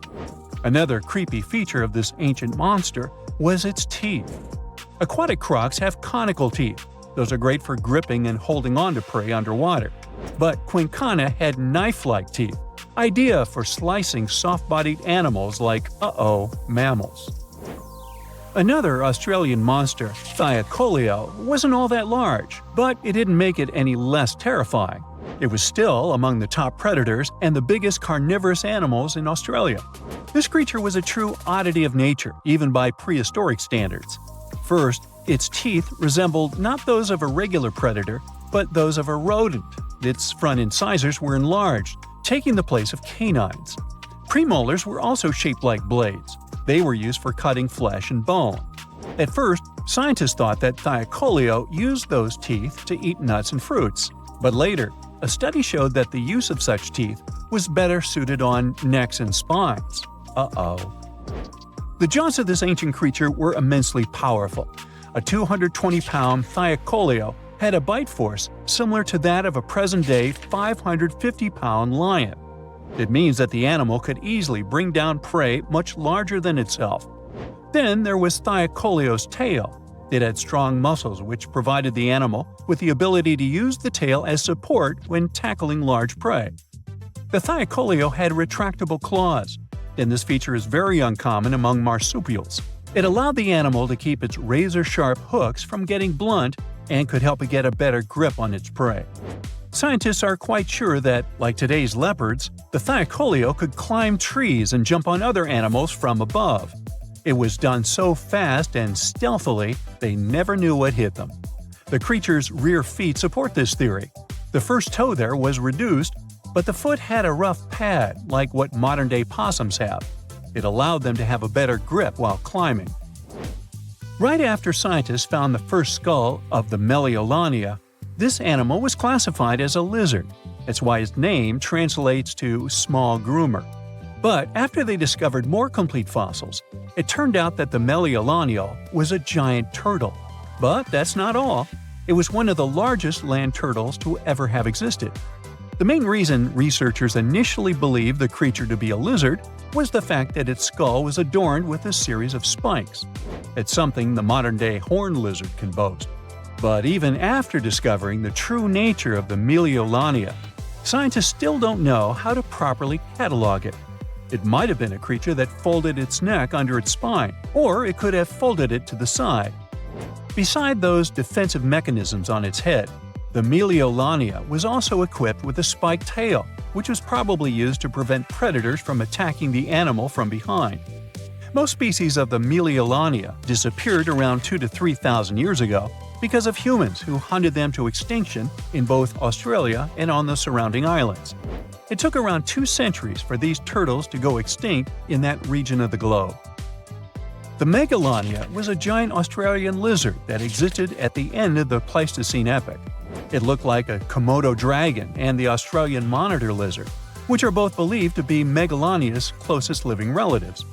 Fossils tell us that the ancient animal was anywhere from 15 to 26 feet in length.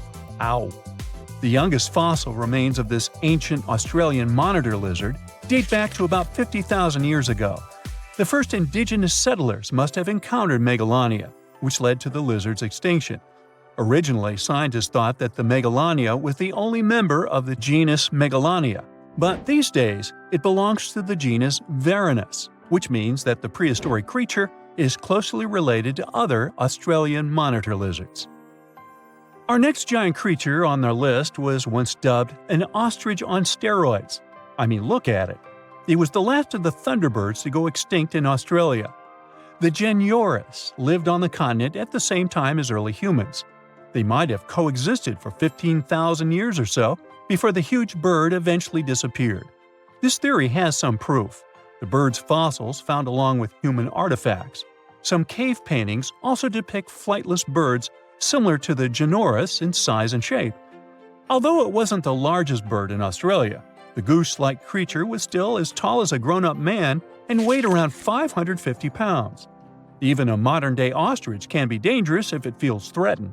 Imagine meeting its giant prehistoric relative. Scientists are still arguing about its diet. Many believe the creature was an herbivore, but there's still a chance that the Dinosaurs was a partial scavenger. Its small, stubby wings and powerful hoof-like legs hint that the bird could have been a plant eater. But its huge beak and exceptionally deep lower jaw evoke suspicion. Such features are highly unusual in birds. In 2016, 2 researchers were trekking through the forests of Arunachal Pradesh, India, when they literally stumbled upon this camouflaged beauty hidden in the leaves. A local man pointed out the snake, and they quickly realized it wasn't just any average viper. With its unusual pointed snout, similar to a hump-nosed viper, and a stunning orange belly, this snake had them scratching their heads. Back at camp, they took a closer look and knew they'd found something special. DNA tests at the Indian Institute of Science confirmed it. They found a brand new species, now known scientifically as Trimeresurus arunachalensis. But the snake's unique features didn't stop there. The snake's paired reproductive organ was unlike any other viper, and its scale pattern was completely unique. While its closest relative has around 20 rows of scales around the middle of its body, this mysterious snake had only 17. The next species is a record breaker, and it's known as the largest gecko ever discovered, measuring around 2 feet long and being as thick as a man's wrist. The only known specimen of Delcourt's giant gecko is currently in France, but its exact origins are still a little bit of a puzzle. At first, people thought it might be from New Zealand because some local legends spoke of a giant, mysterious lizard that lived in forests. Even though it was a pretty fascinating theory, some recent DNA studies suggest that this nocturnal species is probably from New Caledonia. But as of now, no one can confirm it 100%. In general, sleeper sharks are big, slow-moving creatures that mostly hang out in deep, cold ocean waters. They usually have bulky bodies and a broad, flat head. which helps them blend into the dark sea. But in 2017, was caught at a fishing harbor and collected from a fish market located in Taiwan. And it didn't look like any of its relatives. First off, this 4.4-foot shark had smaller eyes and a tiny second dorsal fin compared to its cousins. It also had more rows of teeth in its upper jaw and fewer in the lower jaw. But the biggest surprise was that it was a pregnant female, carrying 33 embryos. This means there are probably more of these sharks hiding out there in the deep ocean. We just haven't found them yet. Meet the pocket shark. It is tiny, just about 5.5 inches long, while most deepwater sharks are around 6.5 feet. But don't let its small size make you underestimate it, because this creature is definitely one of the ocean's coolest secrets. Discovered in 1979 in the deep waters of Chile, this tiny shark is like a real-life spy gadget with its mysterious pockets near its front fins.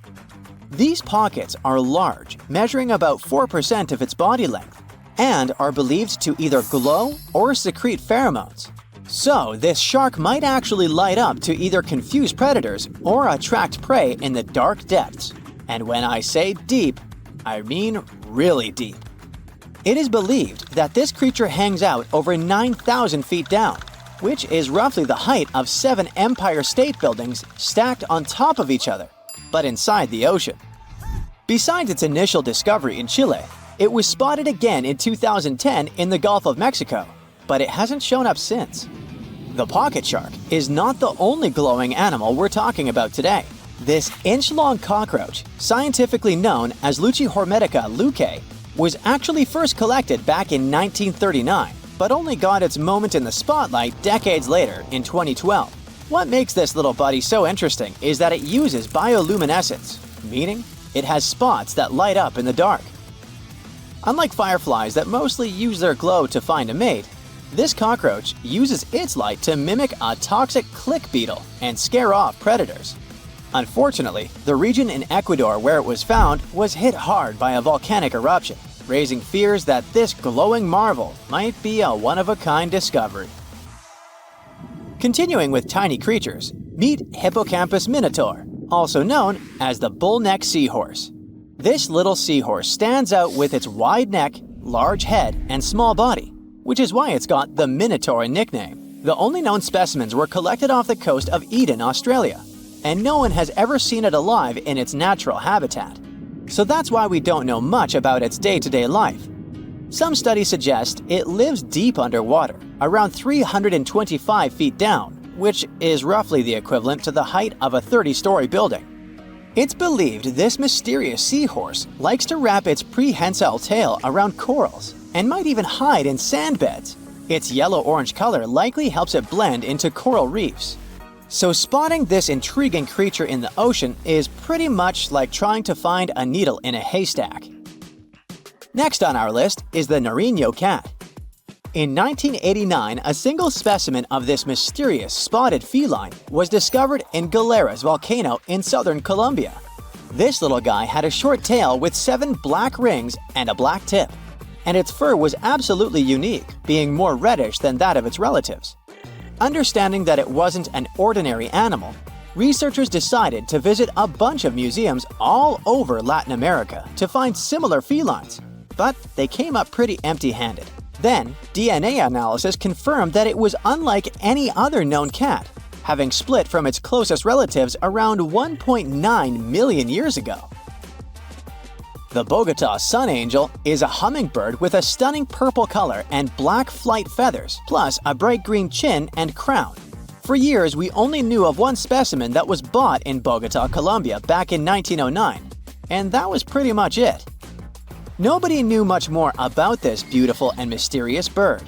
But that changed in 2017, when a study decided to analyze its DNA once again. The results suggest that the Bogota sun angel might not be a completely separate species after all. It looks like it is actually a hybrid, meaning it was a mix of hummingbirds from 2 different species. And it's likely that its mother was a long-tailed sylph, which is a gorgeous hummingbird that mostly lives in the Andes in South America. The spotted green pigeon, also known as the Liverpool pigeon, is like the unicorn of the bird world. It was first described in 1783 by an English physician named John Latham, who saw it once, and that's it. Since then, no one has ever doubted that it was a pigeon, and many researchers were convinced it was a distinct species. But recent DNA studies revealed that this bird could actually be closely related to the famous dodo.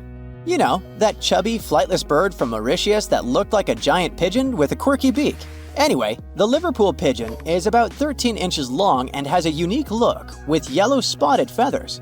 Unlike its ground-loving cousin, the Nicobar pigeon, the spotted green pigeon was likely more of a tree hugger, feasting on fruits up in the branches. Today, if you want to see this rare bird, you'll have to visit the World Museum in Liverpool, where the only known specimen resides.